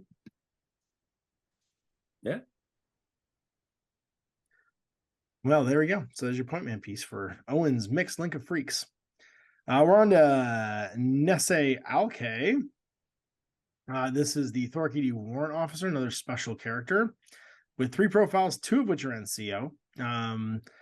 CC17, BS13, Fizz 11, Whip 14, Arm 3, BTS 3 with 1 wound, 26 to 29 points. The NCO profiles can have a multi-rifle plus 1 damage and a nanopulsar, or a Spitfire nanopulsar with pistol and close combat weapon. And the lieutenant option is only the Spitfire one. I don't know why you take the lieutenant option, because you're kind of fighting for the lieutenants here, and you have lots of great lieutenant options in this faction that I don't know if this is cheap enough to warrant it. And other than that, this is again, I think Alki's a old dire foe mini. Yeah, I think this is a profile that was forgotten. It does feel like an older profile that doesn't really sit. The Makai so neatly replaces it. Yeah, like it's almost a perfect replacement. Like, yeah, okay, you're paying a point or 2 more, but you get a visor, like a proper visor. You get mimetism back. You get NCO still. No frenzy. The same BS, better BTS. Yeah, it just feels like a legacy profile. It does feel like a legacy profile. Yeah. Something that you used to use. Multi-rifle plus 1 damage. I don't know. I got nothing. Fair enough. All right, then it's Tusser. Let's look at Tusser. Tusser's an interesting one. Tusser's an older character yet again. Used to be like your heavy weapons officer named character. Move 4/4, CC 17, BS 14, Fizz 11, Whip 13, Arm 2, BTS 3 with 1 wound. MSV 1 in a biometric visor. BS Tech Shock, Courage, Immune Shock, no wounding cap, and MIM -3. Carries a Fuhrbach and a nanopulsar. And then a pistol and CC weapon for 1.5 SWC and 39 points. It's like discount Atalanta, I guess. See, my brain looks at him as like upgraded Makai. If you want to go in, sure, if you want to yeah. go in the dumb link that I've been describing, he does that other guy's job just better, but for more points. It is worth noting this guy does go into a fire team. He goes into the Steel Phalanx fire team, so you can actually take him with the Mackays, with the Hoplites, with Scylla. Yep. Yeah, I do see that. I do see how that's a option to have a burst 3 Fearbach with min -3 and MSV1 and a biometric Or visor. even AROP's 2-tap explosive one. Sure. Yeah, absolutely. Yeah. Because he also bumped to BS14, which is Yep. pretty big because a lot of the guys don't make it there. Like a lot of the profiles here are 13s or less. It's true. Yeah. And he has no wounding cap with shock immune. So he's sort of 2 wounds. And you can have him lay flat after the first hit Yep. if you want to get him jigged back up. Which once again, the Mackay can't do that. And so I'm like, if you had the points and you want to play that weird Steel Phalanx team, which I think has a lot of legs. Yeah. Even if it's just like he's the guy holding a fire lean, if you have to go second and each of your fire teams needs to have a guy to stand up to put some pressure on people, like just rushing into your teams where you don't want them to be, then this guy's the guy to do that job, right? Yeah. You have your hidden deploy guys, but this guy could be the obvious person that you're going to have to deal with. Yeah, if he and the Hoplite that he's teamed up with fist bump, they could fight pretty much anybody who comes running at them. Yeah. He's got a pretty serious like gunfighter profile, right? Absolutely. With BS14. BS14 is tag stats for ballistic skill, and he's mod stacking back with mimetism. Yep. He's got MSV, so he can offset some. Well, and you can't smoke him, right? You can't smoke him. Yeah. He'll try every time. 2-tapping explosive shock fear box. Like you don't run into that. That'll kill you. Like no, they're not flaming fear box, but they're pretty great. Yeah, they're still pretty great. They're still decidedly okay. Yeah. Well, my brain had those guys in the same group. Oh, fair enough. Yeah, fair enough. Well, that's actually it for medium infantry. We are on to the heaviest of infantry, which is 3 named characters, and the new Hoplite we've been talking about. So let's talk about the best, the meat monster, Ajax the Great. I can't wait for this miniature to get remade because he is one of my favorite all-time Steel Phalanx characters. CC24. I don't want them to remake it. His miniature's perfect. His miniature is great too. Yeah, I want to see what they do with him because I love the old miniature too.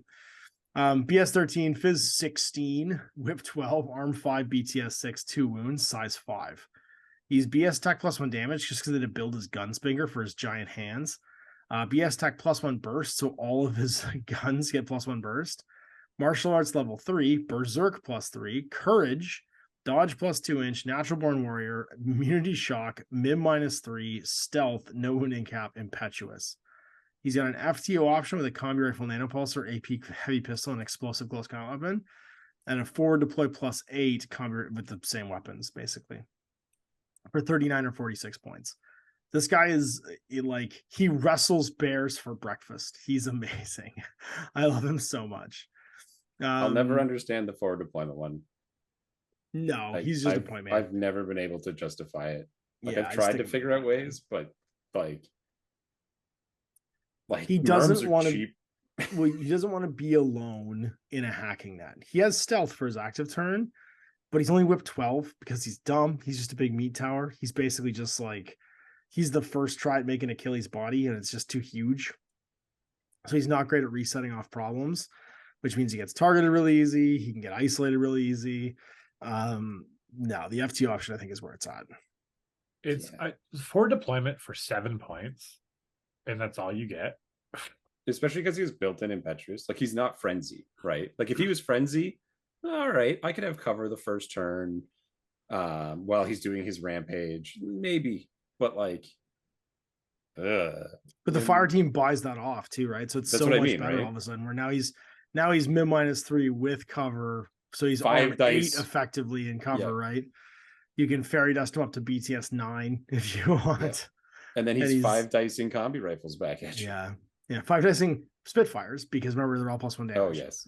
So they're basically they're range 16 Spitfires. Yeah, and then when the time comes, you CC 30 no opposed roll Yeah, somebody. you take the and hammer you off your just back, kill them. and you turn someone into a fine red mist. Yeah. What kind of weapon do you have? DA? I That's won't right. die to that. Do you have total immunity? Here we go. Yeah. Off we go. Let's go. Let's go. Do Do Step you by have step. an explosive ghost combat weapon? No? Well, then you can't kill me when I hit you with this hammer. That's right.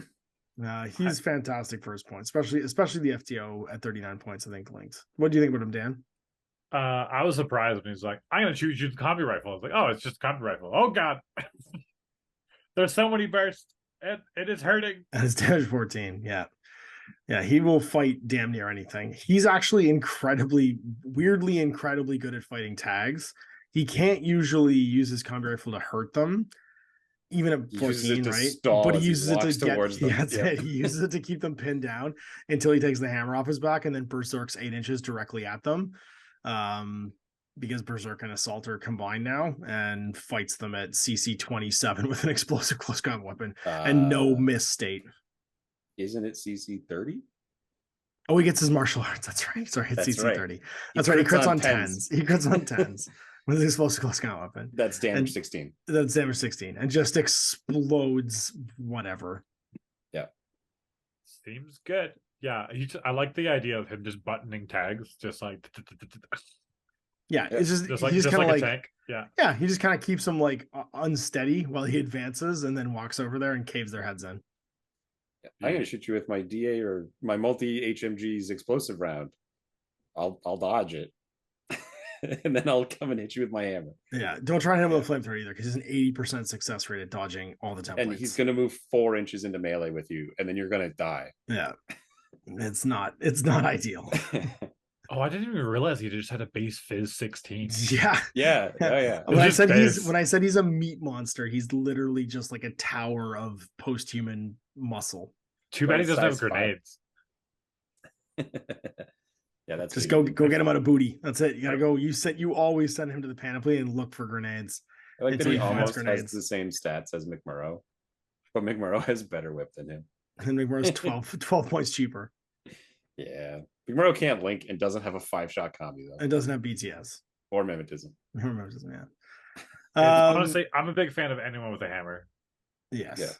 Yeah. This guy's the aesthetic of a hammer is like, oh, I just love it. This guy is a hammer. Yeah. Yeah. And everything looks, and to him, everything looks like a nail. And this is the sword, yeah. So then there's Achilles. So Steel Phalanx didn't technically have a tag until the Agamemnon, except for this guy is technically a tag that's size 2. When you look at Achilles' stat line, there's very little not a tag about him. The basic original one is a light tag, so he's move 6'4", CC 24, BS 15, Fizz 15, Whip 15, Arm 4, BTS 6, 3 wounds. I think he's one of the only 3 wound models that isn't a Toha tag. Size 2 AVA 1. He's martial arts 4, courage, dodge plus 2 inches, immunity shock, mimetism -6, stealth, and total terrain. He's got a Spitfire and Pulsar, pistol, explosive close combat weapon, and he's 75 points. You can be your lieutenant or not be your lieutenant. There's no reason not to be your lieutenant. Just go. The nerf to martial arts is the only thing that I think dragged him down a bit. Because the burst goes to 1. Yeah. Yeah. Because martial arts 4 used to be the 2 burst, and that didn't seem to change for him. No, he's still burst 1. Which is fine. Yeah. I mean, he's still great. He's still gonna go button a tag at CC 24. He's not gonna berserk it the way that Ajax will, but he's more rounded because he can actually gunfight in a meaningful way with his min -6 and cover all the time, right? So as a solo piece, he's more of a shooty piece. Amusingly, he hits it harder than Ajax or than Ajax does. How so? Because he gets the +3 damage on his hit with his martial arts 4. He does. Oh no, I guess the other guy gets +2. So yeah, never mind. It's the same. Yeah, he would. They're both be 18s. They both be 18s. Yeah. They both be 18s unless they fight the Gator, because then it's the Gator's natural born war and he turns all that off. Don't fight the Gator. Gator don't play. Now there's Ajax, a second. Ajax would still go in. He would button the Gator. I do want to comment that this model, this one profile, single-handedly gave the reputation to Infinity of the cheerleaders with one supermodel that kills your whole army. It's true. He's the original Rambo. Because this guy is so unstoppable if you don't have the right tools to stop him, Or if you're new to Infinity and you And don't really know especially how if to you're like new. Yeah. take them apart. Yeah. because even in reactive turn, like if you're playing against, if you're new, right, like you don't have MSV and you've probably got like some combis, but you don't have a really good efficient list, you're never going to stop this guy. He's going to be armor 7 in cover with -6 to hit. He'll shoot you back on 18s to start, and you finally do a wound to him and he goes, yeah, I got 2 more of those. I dodge prone. Fizz 15. I move 4 inches. Bye. Come at me, bro. Try again on the next time you walk all the way across the board and get within template range of literally any other model in my army. Yeah, it's nutty. He's pretty great. Anyway, that's my comment on Achilles. Well, what about second Achilles? Because there's also Achilles version 2. This is actually becoming, I think, the more popular of the 2 Achilles because he's cheap. And you don't worry too much about him being in cover. He's got move 6-4, CC 24, BS 15, Fizz 15, Whip 15, but he's armor 6, BTS 6. This is him in his heavy armor. He's got 3 wounds. He's frenzy, however, martial arts 4, courage, forward deployment +4, dodge +1, immune shock, mim -3, stealth, BS stack +1 damage. And he's got either an AP Spitfire, so he can armor crack now, or a multi-rifle with +1 damage. Both are +1 damage though, actually. And then Nanopulsar Panzerfaust on one and Pulsar on the other, and you can take him as a lieutenant with either option. 61 points. So he's 14. He's a whole Thorakiti cheaper, and now he can fight tags in a non-close combo way because he's got an AP weapon. I think this one is so much worse. I disagree. I really like this profile. I like this profile because he can fight the way that he fights. I think that in an army starved for points, like I'm not saying that one's bad. I'm saying I think this one actually is really compelling because he's more versatile overall. He starts up table, and he tends to, I think, fight in a more dynamic way. I'd rather not get hit. I'd rather the 9 mod stack than the 3 with better armor. Sure. That is basically the 1-2. Like I can recognize that his extra armor kind of offsets the fact that he's got frenzy. And frenzy, when it's Achilles, is kind of just a bonus because it's another order for him to go do stuff. Exactly. Yeah. Gives him a free order. But I don't think that beats out I'm -9 all the time. MSV notwithstanding. Right. And in the current season, terrain total is jumping. Right total, yeah, that's true. Yeah, he can Which get this to one super does jump. not get. So the other one could long skill jump 10. Mm-hmm. That's true. He could go rooftop to rooftop on you. Yeah, like Batman. Go fly around like Batman. So then from the 2 Achilles, we go to Hector.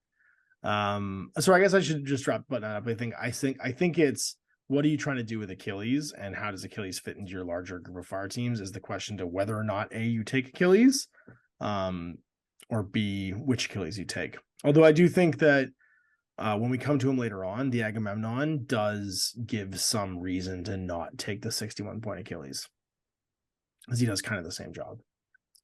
Speaking of doing that same job, well, he's not really the same. He's slower, move 4-4, CC 24, BS 13 instead of 15. The biggest downside. 14, yeah, whip 15, arm 5, BTS 6, 2 wounds. X visor, which is really interesting actually when you get to his weapons. Martial arts 4, courage, dodge +2 inch, immune shock, stealth, no wounding cap, and strategos level 1. So it's more extra regular orders. And that's Hector. You get a plasma rifle, nanopulsar grenades, and then Tinbot -3 firewall with a heavy pistol explosive close combat, or the same thing with a Spitfire. And then both can be lieutenant +1 orders as well for 69 and 67 points. I love Hector as the lieutenant because you don't have to worry about the NCO. Hector lieutenant +1 order with strategos level 1. It's just 2 extra regular orders. The guy's a 3-order lieutenant that can bang with a plasma rifle that doesn't suffer any range mods until 32. So that's a huge deal to be able to drop templates. And suppressing in cover, this guy throws templates in suppression up to 24 inches with no mods. He's great. What do you think about this guy? He's a wild card. What do you That's mean? No, he is a wild card in the Oh yeah, faction. sorry, that's right. Yeah, he's the secret That sauce. is He can stick that's him in his there. real power in my mind. Like all these stats are amazing, but he's also like all of the little links that we've talked about as we've been going along. Like the top, we haven't gotten to the kings of the links, which is down in the warband, but Right. he can just be with anyone. Every time we make a comment about a link and what you could do, just toss this on top. Just be like, you know what? We're gonna drop one Thorakidi out of that group, and it's Hector. And today, it's Hector. Yeah. Would you like to hang out with Hector? It's also Hector is an great. 012. Well, yeah, no, 12. Yeah, sure. But I think he's a great compelling. I think he's a really compelling lieutenant option in this faction in particular because he's so cheap. And Star Because Monitor. he doesn't. And Star Monitor, sure. So, we're kind of not talking about those. Yeah. I like the idea of like throwing him with like 2 Thorakidis. Go and on. you're just like, so then it's Hector, and he gets to do all the things he wants, and he just got 2 Thorakidis hiding beside him. Just like, okay, cool. It's like Sure. it's just 24 points to just beef him up a bit more, and he just does it all. Or they can just sleep on a roof for a while, and that's generating 5 orders to do all the other stuff. And when the backup fails or whatever, then Hector pops up and goes, hey, look, I'm here too, and I can do a whole lot of damage. I would say that his great fizz also really helps him to use that like Thorakidi paramedic or whatever to come back to life. You know what I mean? Like there's a bunch of he blends well with those guys, and they're cheap enough to make him I think versatile. There is another very popular lieutenant option that we'll get to when we get to the warbands, because he's weirdly a warband, but I do think that because he's 3 orders effectively with those lieutenant orders, and you're not leaning into NCO, there's a lot of like reason to take Hector. Also, something to be said that him with 2 Thorakidis means you don't go into retreat, and they are a 5 order bubble on their own, and 5 orders at the end of turn 3 that need to stand up and go get work done. I mean, that'll do it. Nothing wrong with that. Yeah, nothing wrong with that at all. I do think that there is a another person competing for his job though later on. All right, hoplites. Let's talk about these hoplites. The total immunity new heavy infantry is the only non-character heavy infantry with an AVA of 3. They're 6-2 move, CC 20, BS 13, Fizz 13, Whip 13, Arm 3, BTS 3 with 2 wounds, ECM hacker -3, which is really interesting to have built into a just like a heavy infantry. CC attack +2 damage, dodge +1, natural born warrior, total immunity religious. They can have a base specialist, an engineer, a lieutenant option with an HMG or just a plain HMG, and then a multi-rifle drop bearers specialist or a multi-rifle drop bearers pulsar gizmo kit on the engineer. And there's just a Red Fury pulsar option as well. They're all between 41 and 36 points. So you're looking at a range of not that expensive, like Orc Troop expensive for the hoplites. You got a bunch of experience with these guys. What do you think about them? they've done excellent every game I've played. They just like, there's such a good anvil to the hammer that is the rest of your army. Because like I'm willing to just have these guys in a link with something and just stand there with their HMGs or their Red Furies or even just the multi-rifles. And maybe they toss a drop bear down or they shoot you with a multi-rifle or something like that, because they're so hard to just get rid of unless you just throw a bunch of dice at them. But lots of dice isn't the solution to the other problems that come from this faction. Like you need specialists with MSV and stuff like that to really deal with the other things that are coming at you. And so this guy is just the exception. Like, oh yeah, you've got MSV too and a Fearbach or a multi sniper rifle or something like that. And he's just like, I shoot you. Oh, you beat me? I'm armor 6. I'll survive. No, it's only 1 dice. And Fizz 13. Not bad news. Just get up on those on the medkit shots coming out of Pandora, because she could be nearby linked with them. And she triple taps or double taps if one of them's gone down. Fizz 13, you're probably going to pass 1. That TI guy is back up. The melee never happened yet. I don't try because I don't feel that they're that cool at melee with the shock CC. If they had DA, I'd probably try and get into melee more. But Right. So this is like what I wish the bronze was in 012. Go But, on.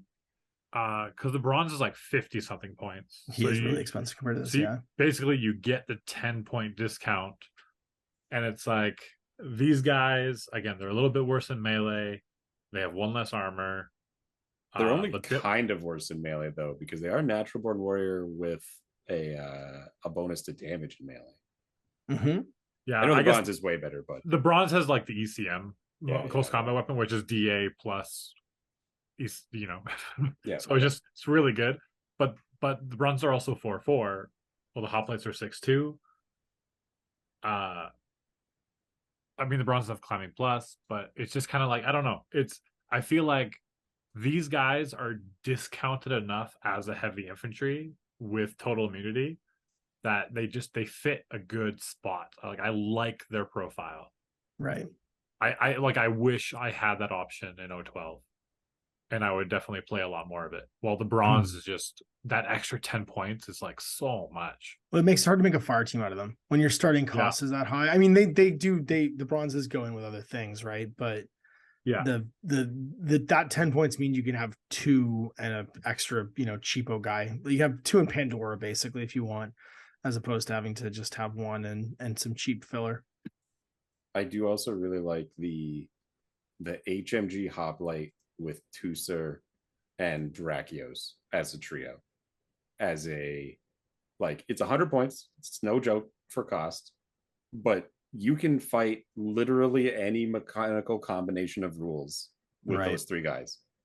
It's like whatever my opponent has, if it's Atalanta, if it's a tag, if it's a super HMG, if it's an Emmet, like anything, they have all of the tools they need to go fight that as a trio. Like, they can go up against anybody. That's true. You got to pick the right guy out of the three. Like, they can't all do each other's jobs, but each of them can do the thing that they need to do. Mm-hmm. Yeah, and they're all effectively 2 wounds, and they all have good range bands all over, and they can all just go into melee if things get dumb, except for Tusser. He's the worst out of the group, but he's the last one. He wants to make it to melee. That's right. Yeah, he's like, what did I do with this sword? What are you talking about? He like stands around the corner and goes, "Go on, guys, go on!" And the guys run around. I'm cheering for you. Everybody's doing great. CC weapon because he's actually just clubbing them with the Führerbach. That's right. Doesn't know what's happening. He's just hitting with the back of the Führerbach. Well, that is our heavy infantry discussion. So we're on to the tags. The Agamemnon, the Atreides. I love this guy. He's a light tag, so he's on par with like the Ulan or the Tikbalang, or the Sphinx. No, Sphinx is a big base, isn't it? Sphinx is small. Sphinx is a different animal. Right. Yeah. So 6/4 move, CC 20, BS 14, Fizz 14, Whip 14, Arm 6, BTS 6, 3 structure, and size 6. So he's big, but he's basically the same core stat line minus a ballistic skill as Achilles and minus a bit of like CC. He's ECM guided minus 6 and hacker minus 3. Remote presence. He's only 4 points more than a Shakush. He is, yeah. Remote presence, CC minus 3. So again, he has that same Thyreos stat line, right? He's CC attack minus 3, BS attack +1 damage, dodge 11, gizmo kit 11, natural born warrior, immune shock, attack aware, religious. So he's an anti-martial arts fighting tag. He's Fizz 14 with a DA close combat weapon. And then he's got 2 different profiles, a heavy machine gun, heavy flamethrower +1 burst with a DA close combat weapon, or a AP Spitfire heavy flamethrower +1 burst, DA close combat weapon. And you can also take that as a lieutenant option. He gets the usual Karkata ancillary remote, which is the specialist operative that can pop out. But, I mean, he's cheaper than the version 2 Achilles, has higher armor than the version 2 Achilles, and slightly less BS, but he's more consistent at what he does, right? Because he's not frenzied. He's not leaning into mimetism to stay alive. I don't know, you guys haven't used him yet, but my experience with him so far has been that he's an incredibly efficient hitting piece because of his speed and tack work. He's got 2 orders, so you don't have to take him as lieutenant if you don't want to. And having that AP Spitfire option lets him fight way above his weight class when it comes to hitting other things like tags or heavy armor units. Did So you do I'm him really with happy. Hippolyta?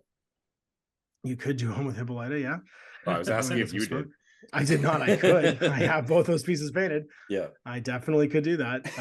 Why? What was your thought there? You can just advance across the board now. Like normally you try and sit back with the tag, but Hippolyta is just like, I'm here to solve every other problem. Anything, you're pretty good at all the things, Agamemnon, but you can't quite melee like I can melee. But what if we meleeed together? Yeah. What if I got +1 burst? What if you brought along a handy dandy +1 burst, and you and I were the greatest of friends? And she can get him out of danger zones. Like you can sometimes run into like a surprise that you cannot, like you have to figure out a different way to get your tag out. Yeah. And she can just be like, Eclipse. And bye. Yeah, no, I wasn't playing Steel Phalanx, so I don't have the duo option there, right? I see. So because I'm playing Hippolyta, I'd be playing Steel Phalanx, but when I paint up more Steel Phalanx, that is the plan. I will definitely have them hold hands. Link him with Hector. Give him a tin bot. Give a tin bot to go with his ECM. Yeah. So he's unhackable. He's just fully unhackable. Him and Hector high-fiving. I'd roll it. I'd roll it. 140 points. 140 points. 130 points, I guess. They're just showing each other their guns, talking about old times. Come on, buddy. We're going to go kill the Avatar. That's right. What are you going to do? Well, it takes two. It takes two to tango. Yeah. All right. So then we're into remotes. Now, again, these are the exact same remotes as in OSSS. So it's all about the split. You get 2 Daleths, so 2 of the forward observer bots. Again, these have climbing plus. They're an FO bot. The Zayans, the HMG, you only get 1. The Samek, you get 1, which is the missile bot. Your Lameds, you can have 2, which is your your repeater bot. Very good that they get 2 of these because they need it. They do need that cheap 7-point order. Probots, you only get 1 though, so you don't get the 8-point order twice. It's nice though because you can take the 8-point order though, and you can still take Silo to get the Evo hacker if you want. Right, so you're not super missing that Evo hacker because it's not either or. It's just on a different profile, which is a great hacker anyway. 4 Ud bots, and that's it for remotes. And then it's warbands. And again, a surprisingly thick amount of warbands. Yeah, so let's start with the most popular part of Steel Phalanx is also. You thought we were almost done. That's right. We thought we were almost done until we got to the part that was the thickest. And that starts with Eudoros. We've just talked about him quite a bit. And he is very popular right now because he came in Black Wind or Beyond Black Wind. And he's a really great model. 6'2" move. CC 23, BS 13, Fizz 13, Whip 14, Arm 3, BTS 6, and he's 2 structure instead of wounds, which is really interesting for a human hitting piece.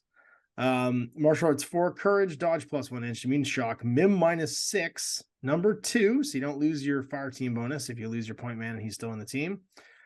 Stealth, Impetuous, and NCO. Mark 12, Nanopulsar +1 burst, Eclipse Grenades, Heavy Pistol, DA close combat weapon, 42 points, only 1 profile. Tell me what you think, Owen.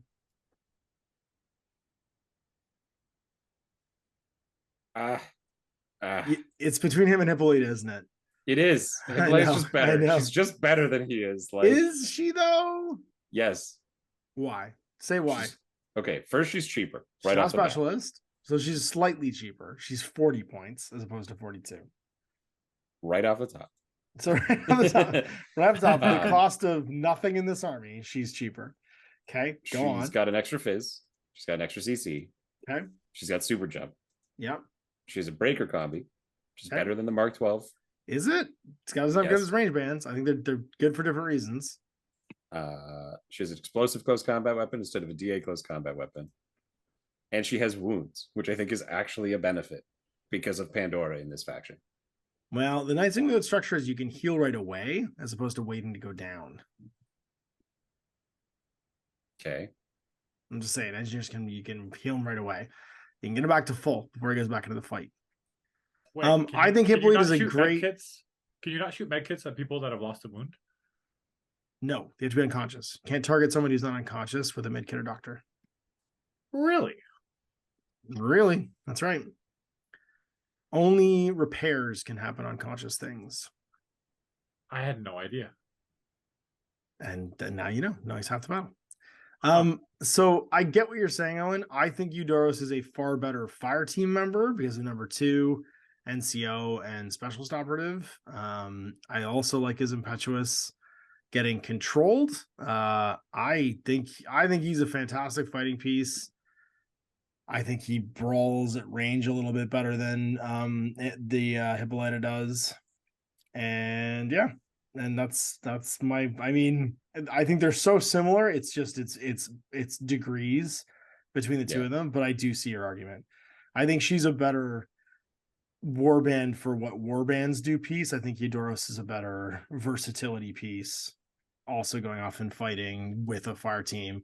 I mean, I also have her with a adventures. fire team too. I guess my big thing is it stands on the breaker combi versus the Mark 12, and I think that the breaker is just better. Like, I know the Mark 12 has the bit better range band. To me, it's all about range bands. AP against BTS, like I can Sure. go kill anything. Yeah, to me, gets killed by breaker. To me, it's about winning fights, not letting the damage. And I like being able to pick my range bands and be able to outrange thanks to mod stack. Remember that this guy argued against base Achilles versus Corinthian for the opposite reason. Just for the record. I did not. That was my case for base Achilles. I was not your case for base Achilles. Your base Achilles case was something that's mutable, which is mimetism. Mod stacking, you don't like mod stacking ranges you can control. You can't control when someone doesn't have a visor without knowing them. So anyway, but my tipping point for this one is the specialist operative. Is if you want a going out and doing stuff solo piece, I want to be able to push buttons because so much of the game's dictated by being a specialist sometimes. I think that specialist operative pushes it over for me for those 2 points. I guess my brain is, with the exception of Penny in this last group of warbands, none of these guys are out of a link. Just like, that's how my brain just looks at Steel Phalanx. Sure. Yeah, you're assuming everyone's in a fire team because you would put everyone in a fire team, and I wouldn't necessarily do that. Out of these guys. There's other people I wouldn't, but this group of everyone has Myrmidon in their name. Yeah, well, let's start with it. Let's go with Hippolyta then, because I think I keep calling her Hippolyta. I think it's Hippolyta. I like Hippolyta. I'll make it worse. No, you will. Either way. Move 6-2, CC24, BS13, Fizz 14, Whip 14, Arm BTS 3, 2 wounds, so no structure. Impetuous, Martial Arts 3, Berserk, so she can do that full 8-inch charge. Courage, Dodge plus 1 inch, Immune Shock, Min -6, Stealth, Super Jump. And then she got a breaker combi, like you said, Nano Pulse or Flash Pulse, and Eclipse Grenades with a pistol and explosive close combat for 40 points. Like you said, she's all wet work to his a bit more tactical work. And I think we've just had this argument, so there's not a lot of point going through her. They're both great. I think it's just you pick the one you want to use. Yeah. NCO versus Super Jump versus Specialist versus Berserk. Like, it just goes back and forth. Yeah. Yeah, but I think they're both fantastic. But Hippolyta wins because she's 2 points cheaper. Cheaper is cheaper. Cheaper is right, but $2 is $2. So now we've got the other one that really fights for your lieutenant profile. This is probably the most popular, I think, lieutenant profile in Steel Phalanx. That's Machaon, the Myrmidon Doctor Officer. Move 4/4. I think he's the only Doctor Lieutenant in the game. CC 22, BS 12, Fizz 13, Whip 15, Arm 2, BTS 3, 1 wound.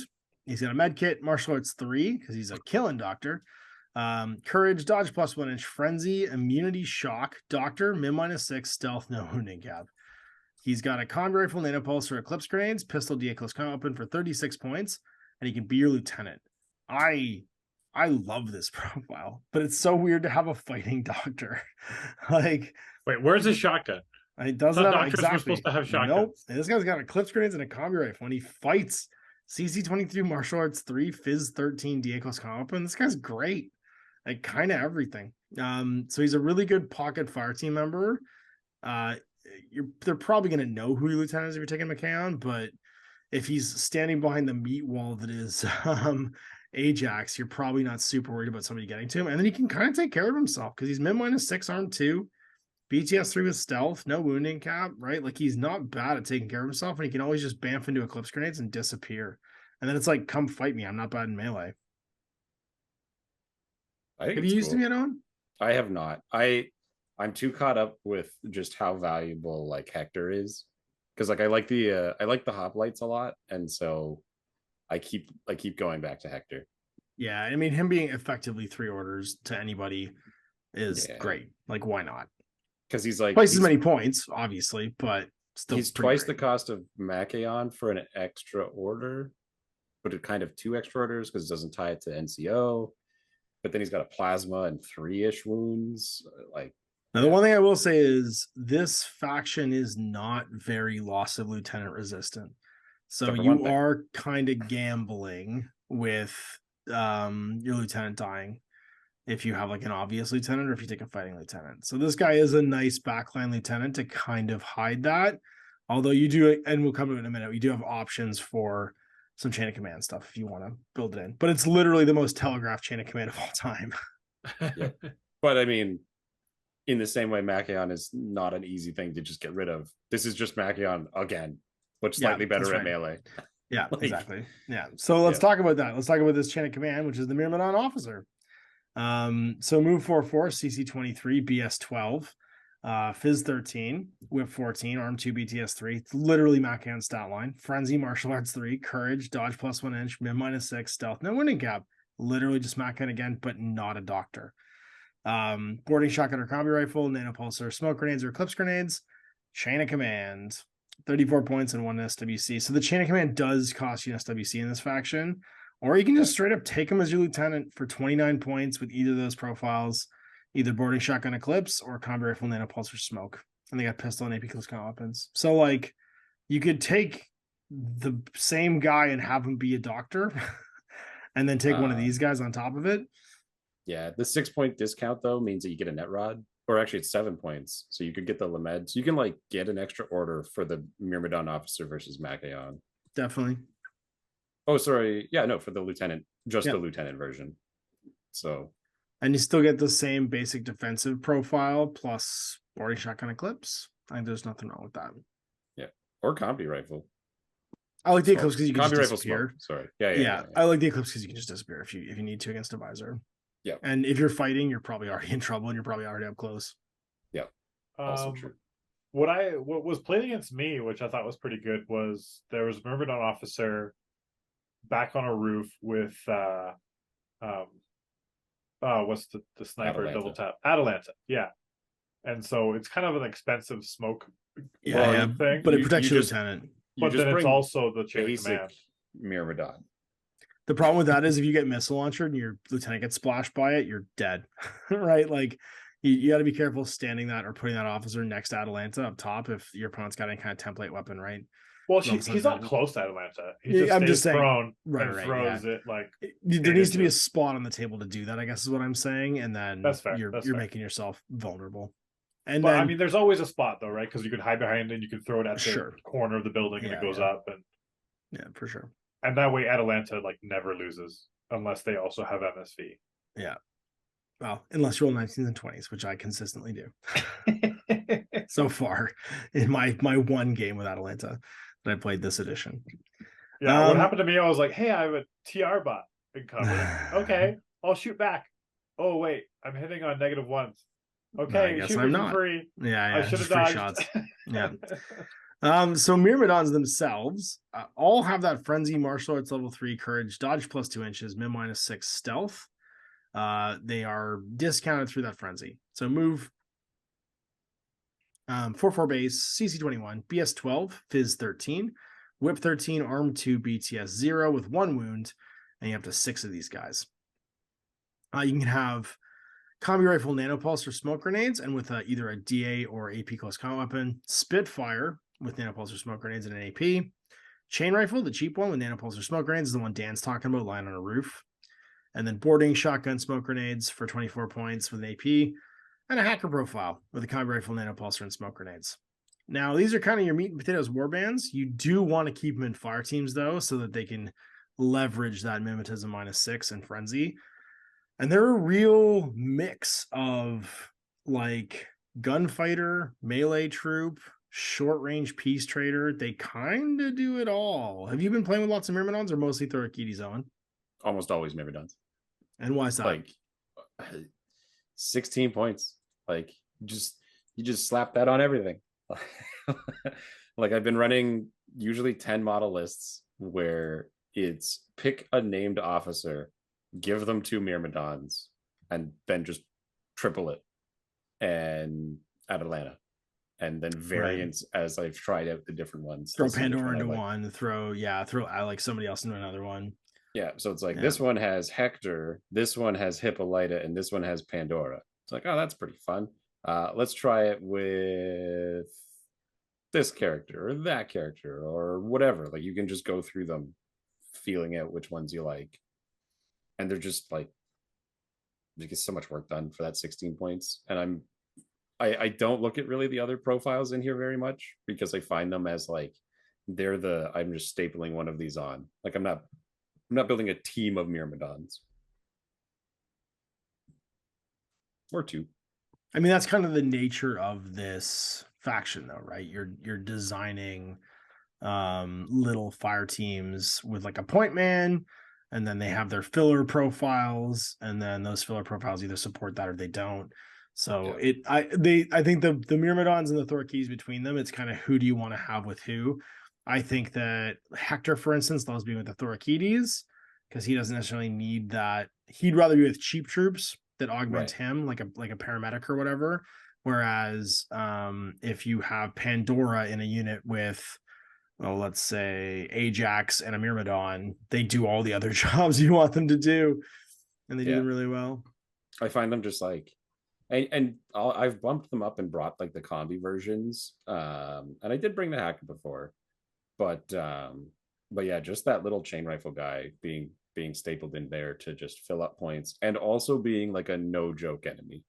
Like BS12, he still has his pistol, so like you can still fight people up to 16. You're on zeros, but they're at -6 or 9 depending on how bad it is for them. Yeah, for sure. And then just I can smoke around the corner and walk into melee, and I'm probably better than you, or I'm as good as you are, because like this is basically a Fide's melee profile, and they are dedicated melee units, and this is my random guy we gave. He's like a 9-point discount. Yeah Randomly got a 9-point discount. I mean, he has a lot less abilities than the Fides do, but he's still gonna get work done. And ARO 2-tap chain rifle in a link. Like that's a problem for people. Absolutely. Yeah, 16-point min -6 smoke grenades is solid. Yep. Now, if they have MSV2, you're in trouble. But then you send the guy in the corner that doesn't care because he's armor 5 because he's Ajax. You know what I mean? Like that's when you switch the other guy in the team that's going to get the work done the way you want it to get done. Yeah, I think Ajax walks around the corner, or Hippolyta does and goes like, "Oh, you counter my abilities? Well, I have cover now, and I'm still good at this."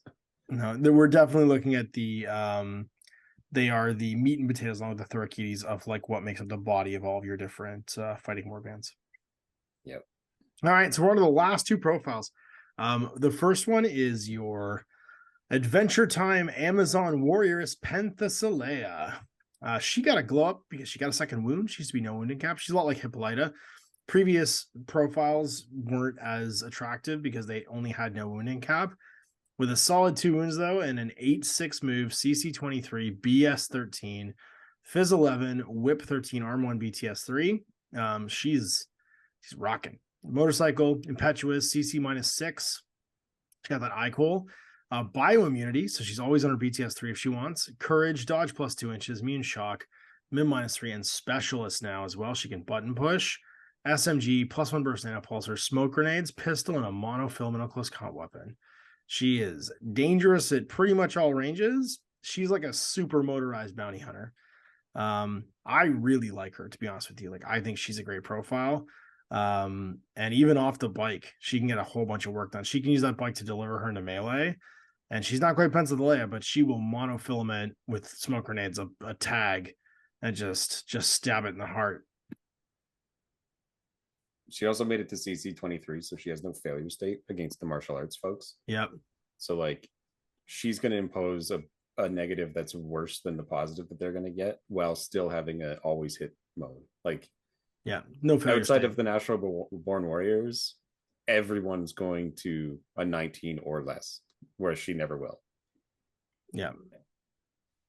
No, she's super good at getting. And you can opt out of the impetuous and get cover. That's right. So she's BTS sort of 6 all the time with MIM 3. That's right. Yeah, she can get a little more heavily armored if she wants as well. I love her for 29 points. I think she's super cheap for what she can do.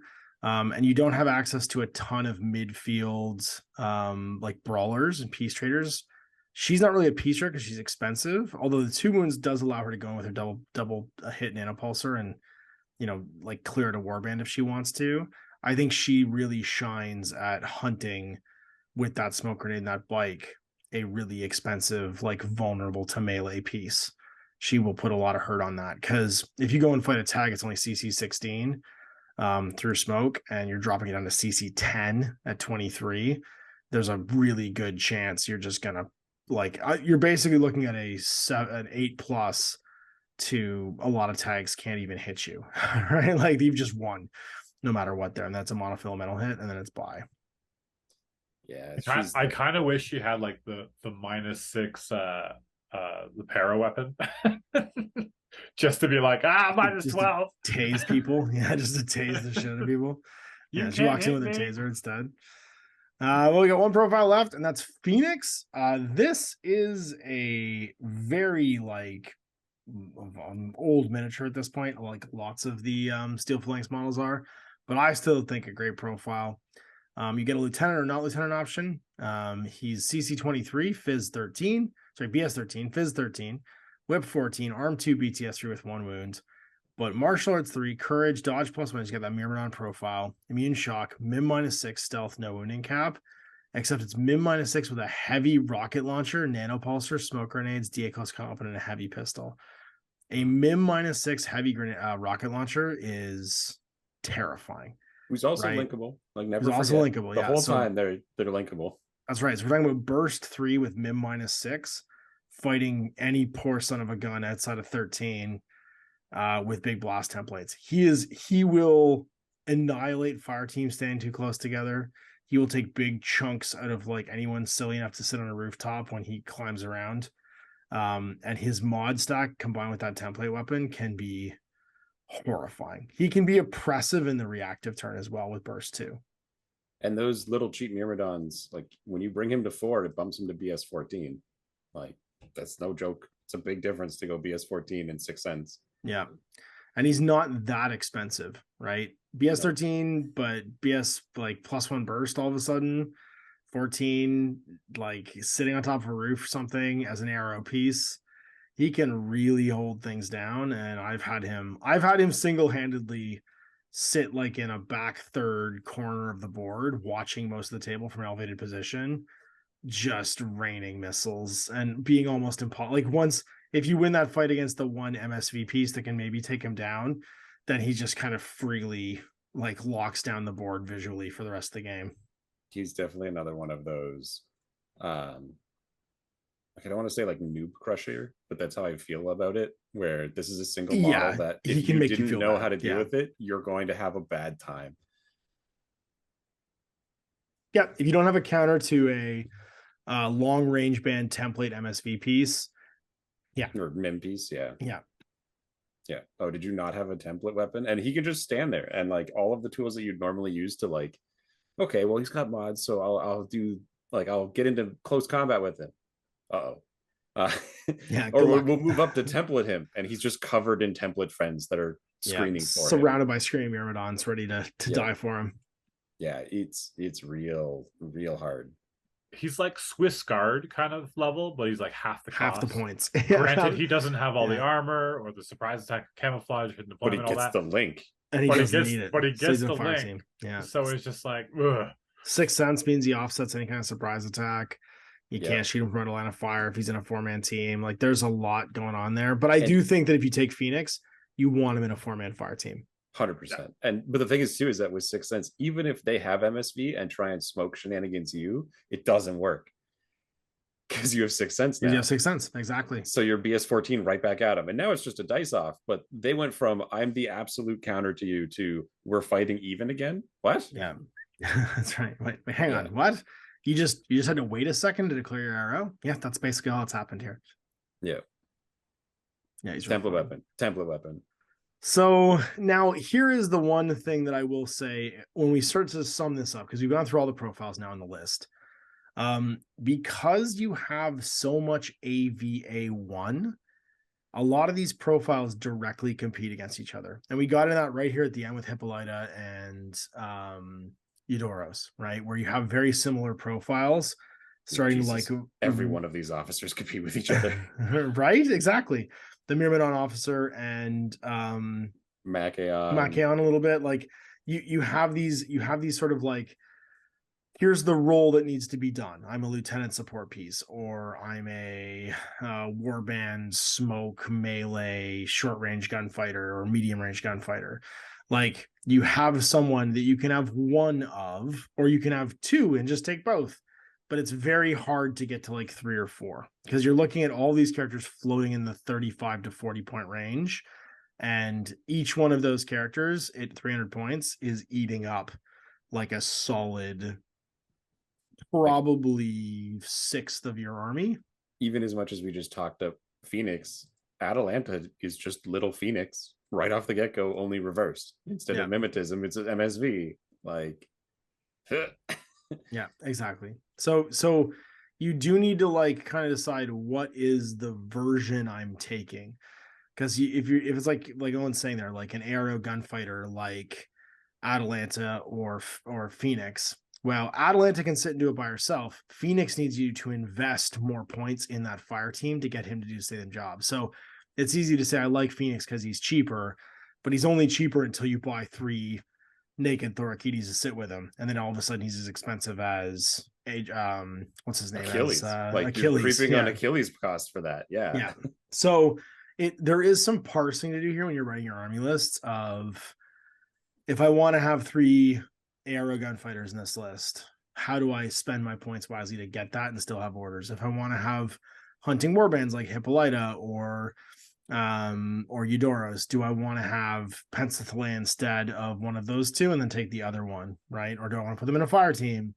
And I do think Owen made a really good point about the strength of this faction is supposed to be unlimited fire teams. I think you can still take it the other way too, though, and lean into the strength of this faction is, holy crap, we have a lot of impetuous orders on really good troops, right? On MIM -6 troops that don't necessarily care all the time about having cover, because they're leaning into the fact they have mimetism and they're doing their one dance with you that they do really well, whether it's templates or melee or whatever, getting there with smoke. So they're a unique faction in that their play style can either be brutally direct by building like mechanically powerful links and sort of like traditional, or a pile of individuals. Exactly. I think you can just as easily play Steel Phalanx the way that Dan plays O12 versus the way Owen plays military order pain trains, and both are equally valid. I think one's what Owen. I think it leans much harder on the heroes, like that for sure. The pain train mentality. I think in individuals, like the pain train's really cool because all 5 of the guys are crazy. In this one, it's 5 crazy guys who all brought 2 little guys with them. Yeah. It's a company of squads as opposed to like one big pain train. Yeah. But it's that mechanical leverage as opposed to you're having to manage a whole bunch of individuals. But I think there's all the problems that I can throw at you, whereas this is like, I'm the problem. Exactly. Yeah, exactly. So, but I think both are really interesting. And I think that when you first start playing Steel Phalanx, it's really easy to do it that mechanical, 4 fire teams, all with a point man and some support staff. And then maybe we sprinkle in whatever the cheap extra order stuff to get, like a net rods and lameds and the things that buy us those extra 5 orders that we need. And then as you play, I think you can broaden out into, some of these pieces are more interesting. And I end up with more orders if I start to try and manage my impetuouses and manage my warbands for like control and stuff like that. And even though my mechanical individual power isn't as high, I have like maybe 6 to 7 more orders per turn I'm using now, which means I'm getting more done in the battlefield because I'm leaning into the individual as opposed to the team. Yeah. So what did you come up with? I'll do mine first. I came up with a kind of traditional. I'm trying to do like traditional lists here. So mine is the whatchamacallit, the 3 little fire teams ish. I got Ajax FTO leading a Myrmidon and Pandora as one little core team. I have Hector hanging out with a Thorakidi paramedic all by himself as a second team. And then I have an Agamemnon. I have 2 net rods, 2 Lamed remotes, a Daleth remote, a Simek remote, and another Daleth remote. Because I can do some spotlighting and stuff with Pandora while she's in the thing. Mm-hmm. And that is my core list. I feel like this just kind of leans into the greatest hits. There's nothing really fancy about this, but if I was starting Steel Phalanx, this is a list that I think would be easy to manage and relatively sort of like straightforward to use. What did you come up with, Owen? My list is called Oops All the Gemmas. I'll post it in the Patreon chat and then read out what it is. I'm excited to hear everything about this. So you've got Atalanta TR, because of course. A Gamma Marksman Missile, a Gamma Marksman Missile, and then you have a 3-man team of Pandora with the extra med kit, a Thoracites Forward Observer, and another one with a light rocket and a net rod. And then group 2, you have Hector with 3 Thoracites or Thoracites, and then 2 Lameds and a net rod. And Hector's group has 9 orders, and group 1 has 7 orders to do. Hector's team is Operation I'm going to kill you, and Pandora's is I'm going to absorb the hits and then go do the objectives. Right. And that's like the left right combo with this whole gimmick. Yeah, mine went left right too, but mine was like Hector with the Thorakiti paramedic and the Thorakiti light rocket launcher, and the paramedic can bring Hector back, and then Pandora can do the same thing to Ajax on the other side. Yep. And then this one was my opponent. If I'm going second, they know what Atalanta does, and they've probably got a counter to her, whether it's Uxia or like a drop troop or something like that. And it's like, oh no, they got Atalanta. And then whatever that is probably dies to either the link of Pandora or the link of Hector. And then the Agemas come out. Now it's a Gemma time. And now it's like, oh. Your army looks like usually small, Owen. Why would you not have this many models? And then it's oops, all the Agemas. Exactly. And then, I mean, Jesus, you could coordinate missile launcher shots. Like, yeah, once they're on the board, there's not a lot you can't do at that point. Yeah. Yeah. Oh, Atalanta and 2 Agemas shoot you. Yeah. Excuse me? Excuse me? What are we doing here? This is bonkers. And then Pandora can use the orders because like the Agemas can just be ARO pieces. And as can Atalanta. So Pandora can have 7 little orders to walk around following behind Hector's pain and then pushing buttons, maybe shooting him with medkits. But Hector usually goes from alive to not alive because he goes to no wounding cap, right? Yeah. So I guess you could medkit him while he's in no wounding cap because he is in the unconscious. Oh no, he ignores the null state. Yeah, you're not unconscious. You have to be in the unconscious state to do it. You can't medkit him. You can't paramedic him, I don't think. Oh no. He is in the unconscious state when he's in no wounding cap. He just ignores the null part of it, I think maybe is what it is. No, I think you're right. I think you can, because I know you can doctor him when he's at no wounding cap. I think you can still paramedic him as well.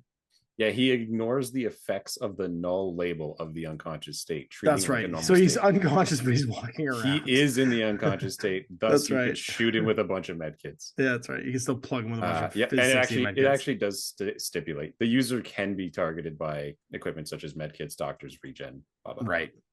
Because he's bleeding to death. He's just too meat towery to die. So yeah, you could have him and his 2 rocket friends who can just be ARO pieces. Like, I don't care if they die. They're just being carried forward because they give Hector more burst. And if one of them dies, he still gets more burst. And Pandora can walk up behind and be like, oh no, he's on no wounding cap. Here, have 3 med kits at Phys 14. You'll pass one of these, right? Yeah, that's right. 7% chance to get one of these. You should be fine. Yeah, mine ended up having, if I count the lieutenant orders, group 1 has 14 orders. 15 with the Takaware, and then group 2's got 4, so I have 19 orders overall. There you go. It's not nothing. Not nothing. Well, there we go. So Steel Phalanx, guys, we did it. I'll play my list. I made a list too. You can have all your MSV, and I will just drop rockets all over Agamemnon. Let's do it. It's fine. So, all right, Dan made a list. Go for it. So I was going to change it after you made fun of me of like, oh, these new players will just do this. And I was like, oh, crap. Was that what you made? What did you make? What did you make? Tell me. So Thor Achilles, the 12-point and the paramedic with Hector. And then like 2 of them with Hector. And then 2 of them with Hippolyta. Same ones. And then a Hoplite, Mackay, and Scylla FTO. Ooh, and, so three core teams so far. Yeah. And then I have a spattering of net rods, Limed, and then 1 more Thorokite.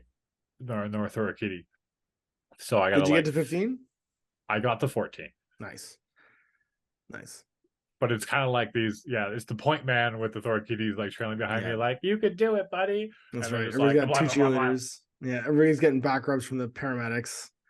Yeah. And they're all pushing forward into victory. Because like Hippolyta's got the Fizz 14, Hector's got the Fizz 14. And so they keep going till they go down, and then you pick them back up, and they keep going again. Yeah, I'm pretty sure they're all shock immune too, which is nice. Like I think even the Myrmidons are shock immune. Yeah. Yeah, they are. So like it's hard to put them down. Like obviously you can't put them down with shocks unless you fail all those rules. You're getting back up at some point. Yeah, so one of these I gotta switch over to the second group. I don't know which one, and then fill in with the net rods and the limits. But yeah, I think it would be a fun little list to play. Nice. Well, there we go. That's Steel Phalanx. And I think to wrap up, I do feel like there's depths to Steel Phalanx that are kind of obscured by how overtly powerful some of the combinations are and how easy to tap into certain, like, I think, what was it, Owen said noob crushy, but like just these like kind of obvious paths to victory. And there's nothing wrong with playing those either. So don't feel like that's wrong. But I do think that for players looking for a challenge too, there is a lot to unlock and like parse in this list that is past the surface of like, holy crap, look at all this -6 super gunfighter hero hammer stuff that we're doing here. So yeah, I'm excited to play them again. I haven't played them in quite a while, and to keep working on my models and see what Owen does with them too, because I feel like Owen and I will take them in very different directions. Overall. I did post a more reasonable list in the Patreon chat that is not a huge list, but it plays into the 2 Sir Drakios Hoplite link that I had been talking about all throughout this. Right. And is also just got like a punch you in the face Myrmidon team. I saw that, yeah. Yeah. And then at the back it's got Atalanta. Yeah, because I just assume she's going to die. So she's by herself in group 2. In group 2. Yeah. If you do something, great, but somebody's going to just kill her. So that's right. You're going to stand until you're dead, but when you're dead, you're not costing me any orders, is the plan. Yeah. Maybe on your turn, you'll do a discover shoot. Maybe. That's right, maybe. So that's it. We got through. I mean, this actually took significantly longer than I thought it was going to. We thought this was going to be a quick one, but there's a lot of units in here. And there's, like I said before, there's no overlap between OSSS and Steel Phalanx, right? So, and they have a million rules. And they have a million rules to talk about, interactions. You kind of have to like unpick what everybody does at the same time. So we'll be back next week with Vanilla Aleph Prime. And again, I don't know how many new profiles. There will be a few new profiles in there, I think. Wait, I actually think there's just less profiles other than the mercenaries. Just the mercenaries. I think it's just the mercenaries. I'm trying to see if there's anybody like Saladin was for like some leave even, right? Because there's no Pandora. Yeah, Pandora noticeably gone. She's gone. I think it's just the mercenaries get added in. I don't think we have a lot new to talk about. So weirdly, I think that will be the. So we can talk about the combo that we referenced in the OSS one about the Marine and the Myrmidons. Take everything that we talked about in the other faction with all the Asuras and MSV and craziness and combine it with all the smoke shenanigans this faction has. That's right. And crazy, like, yeah, because you basically get smoke with MSVs. Yeah. And this is where you start to see this army, I think, shine, is when they get access to putting toys together that the factions with cool technology don't normally get to do.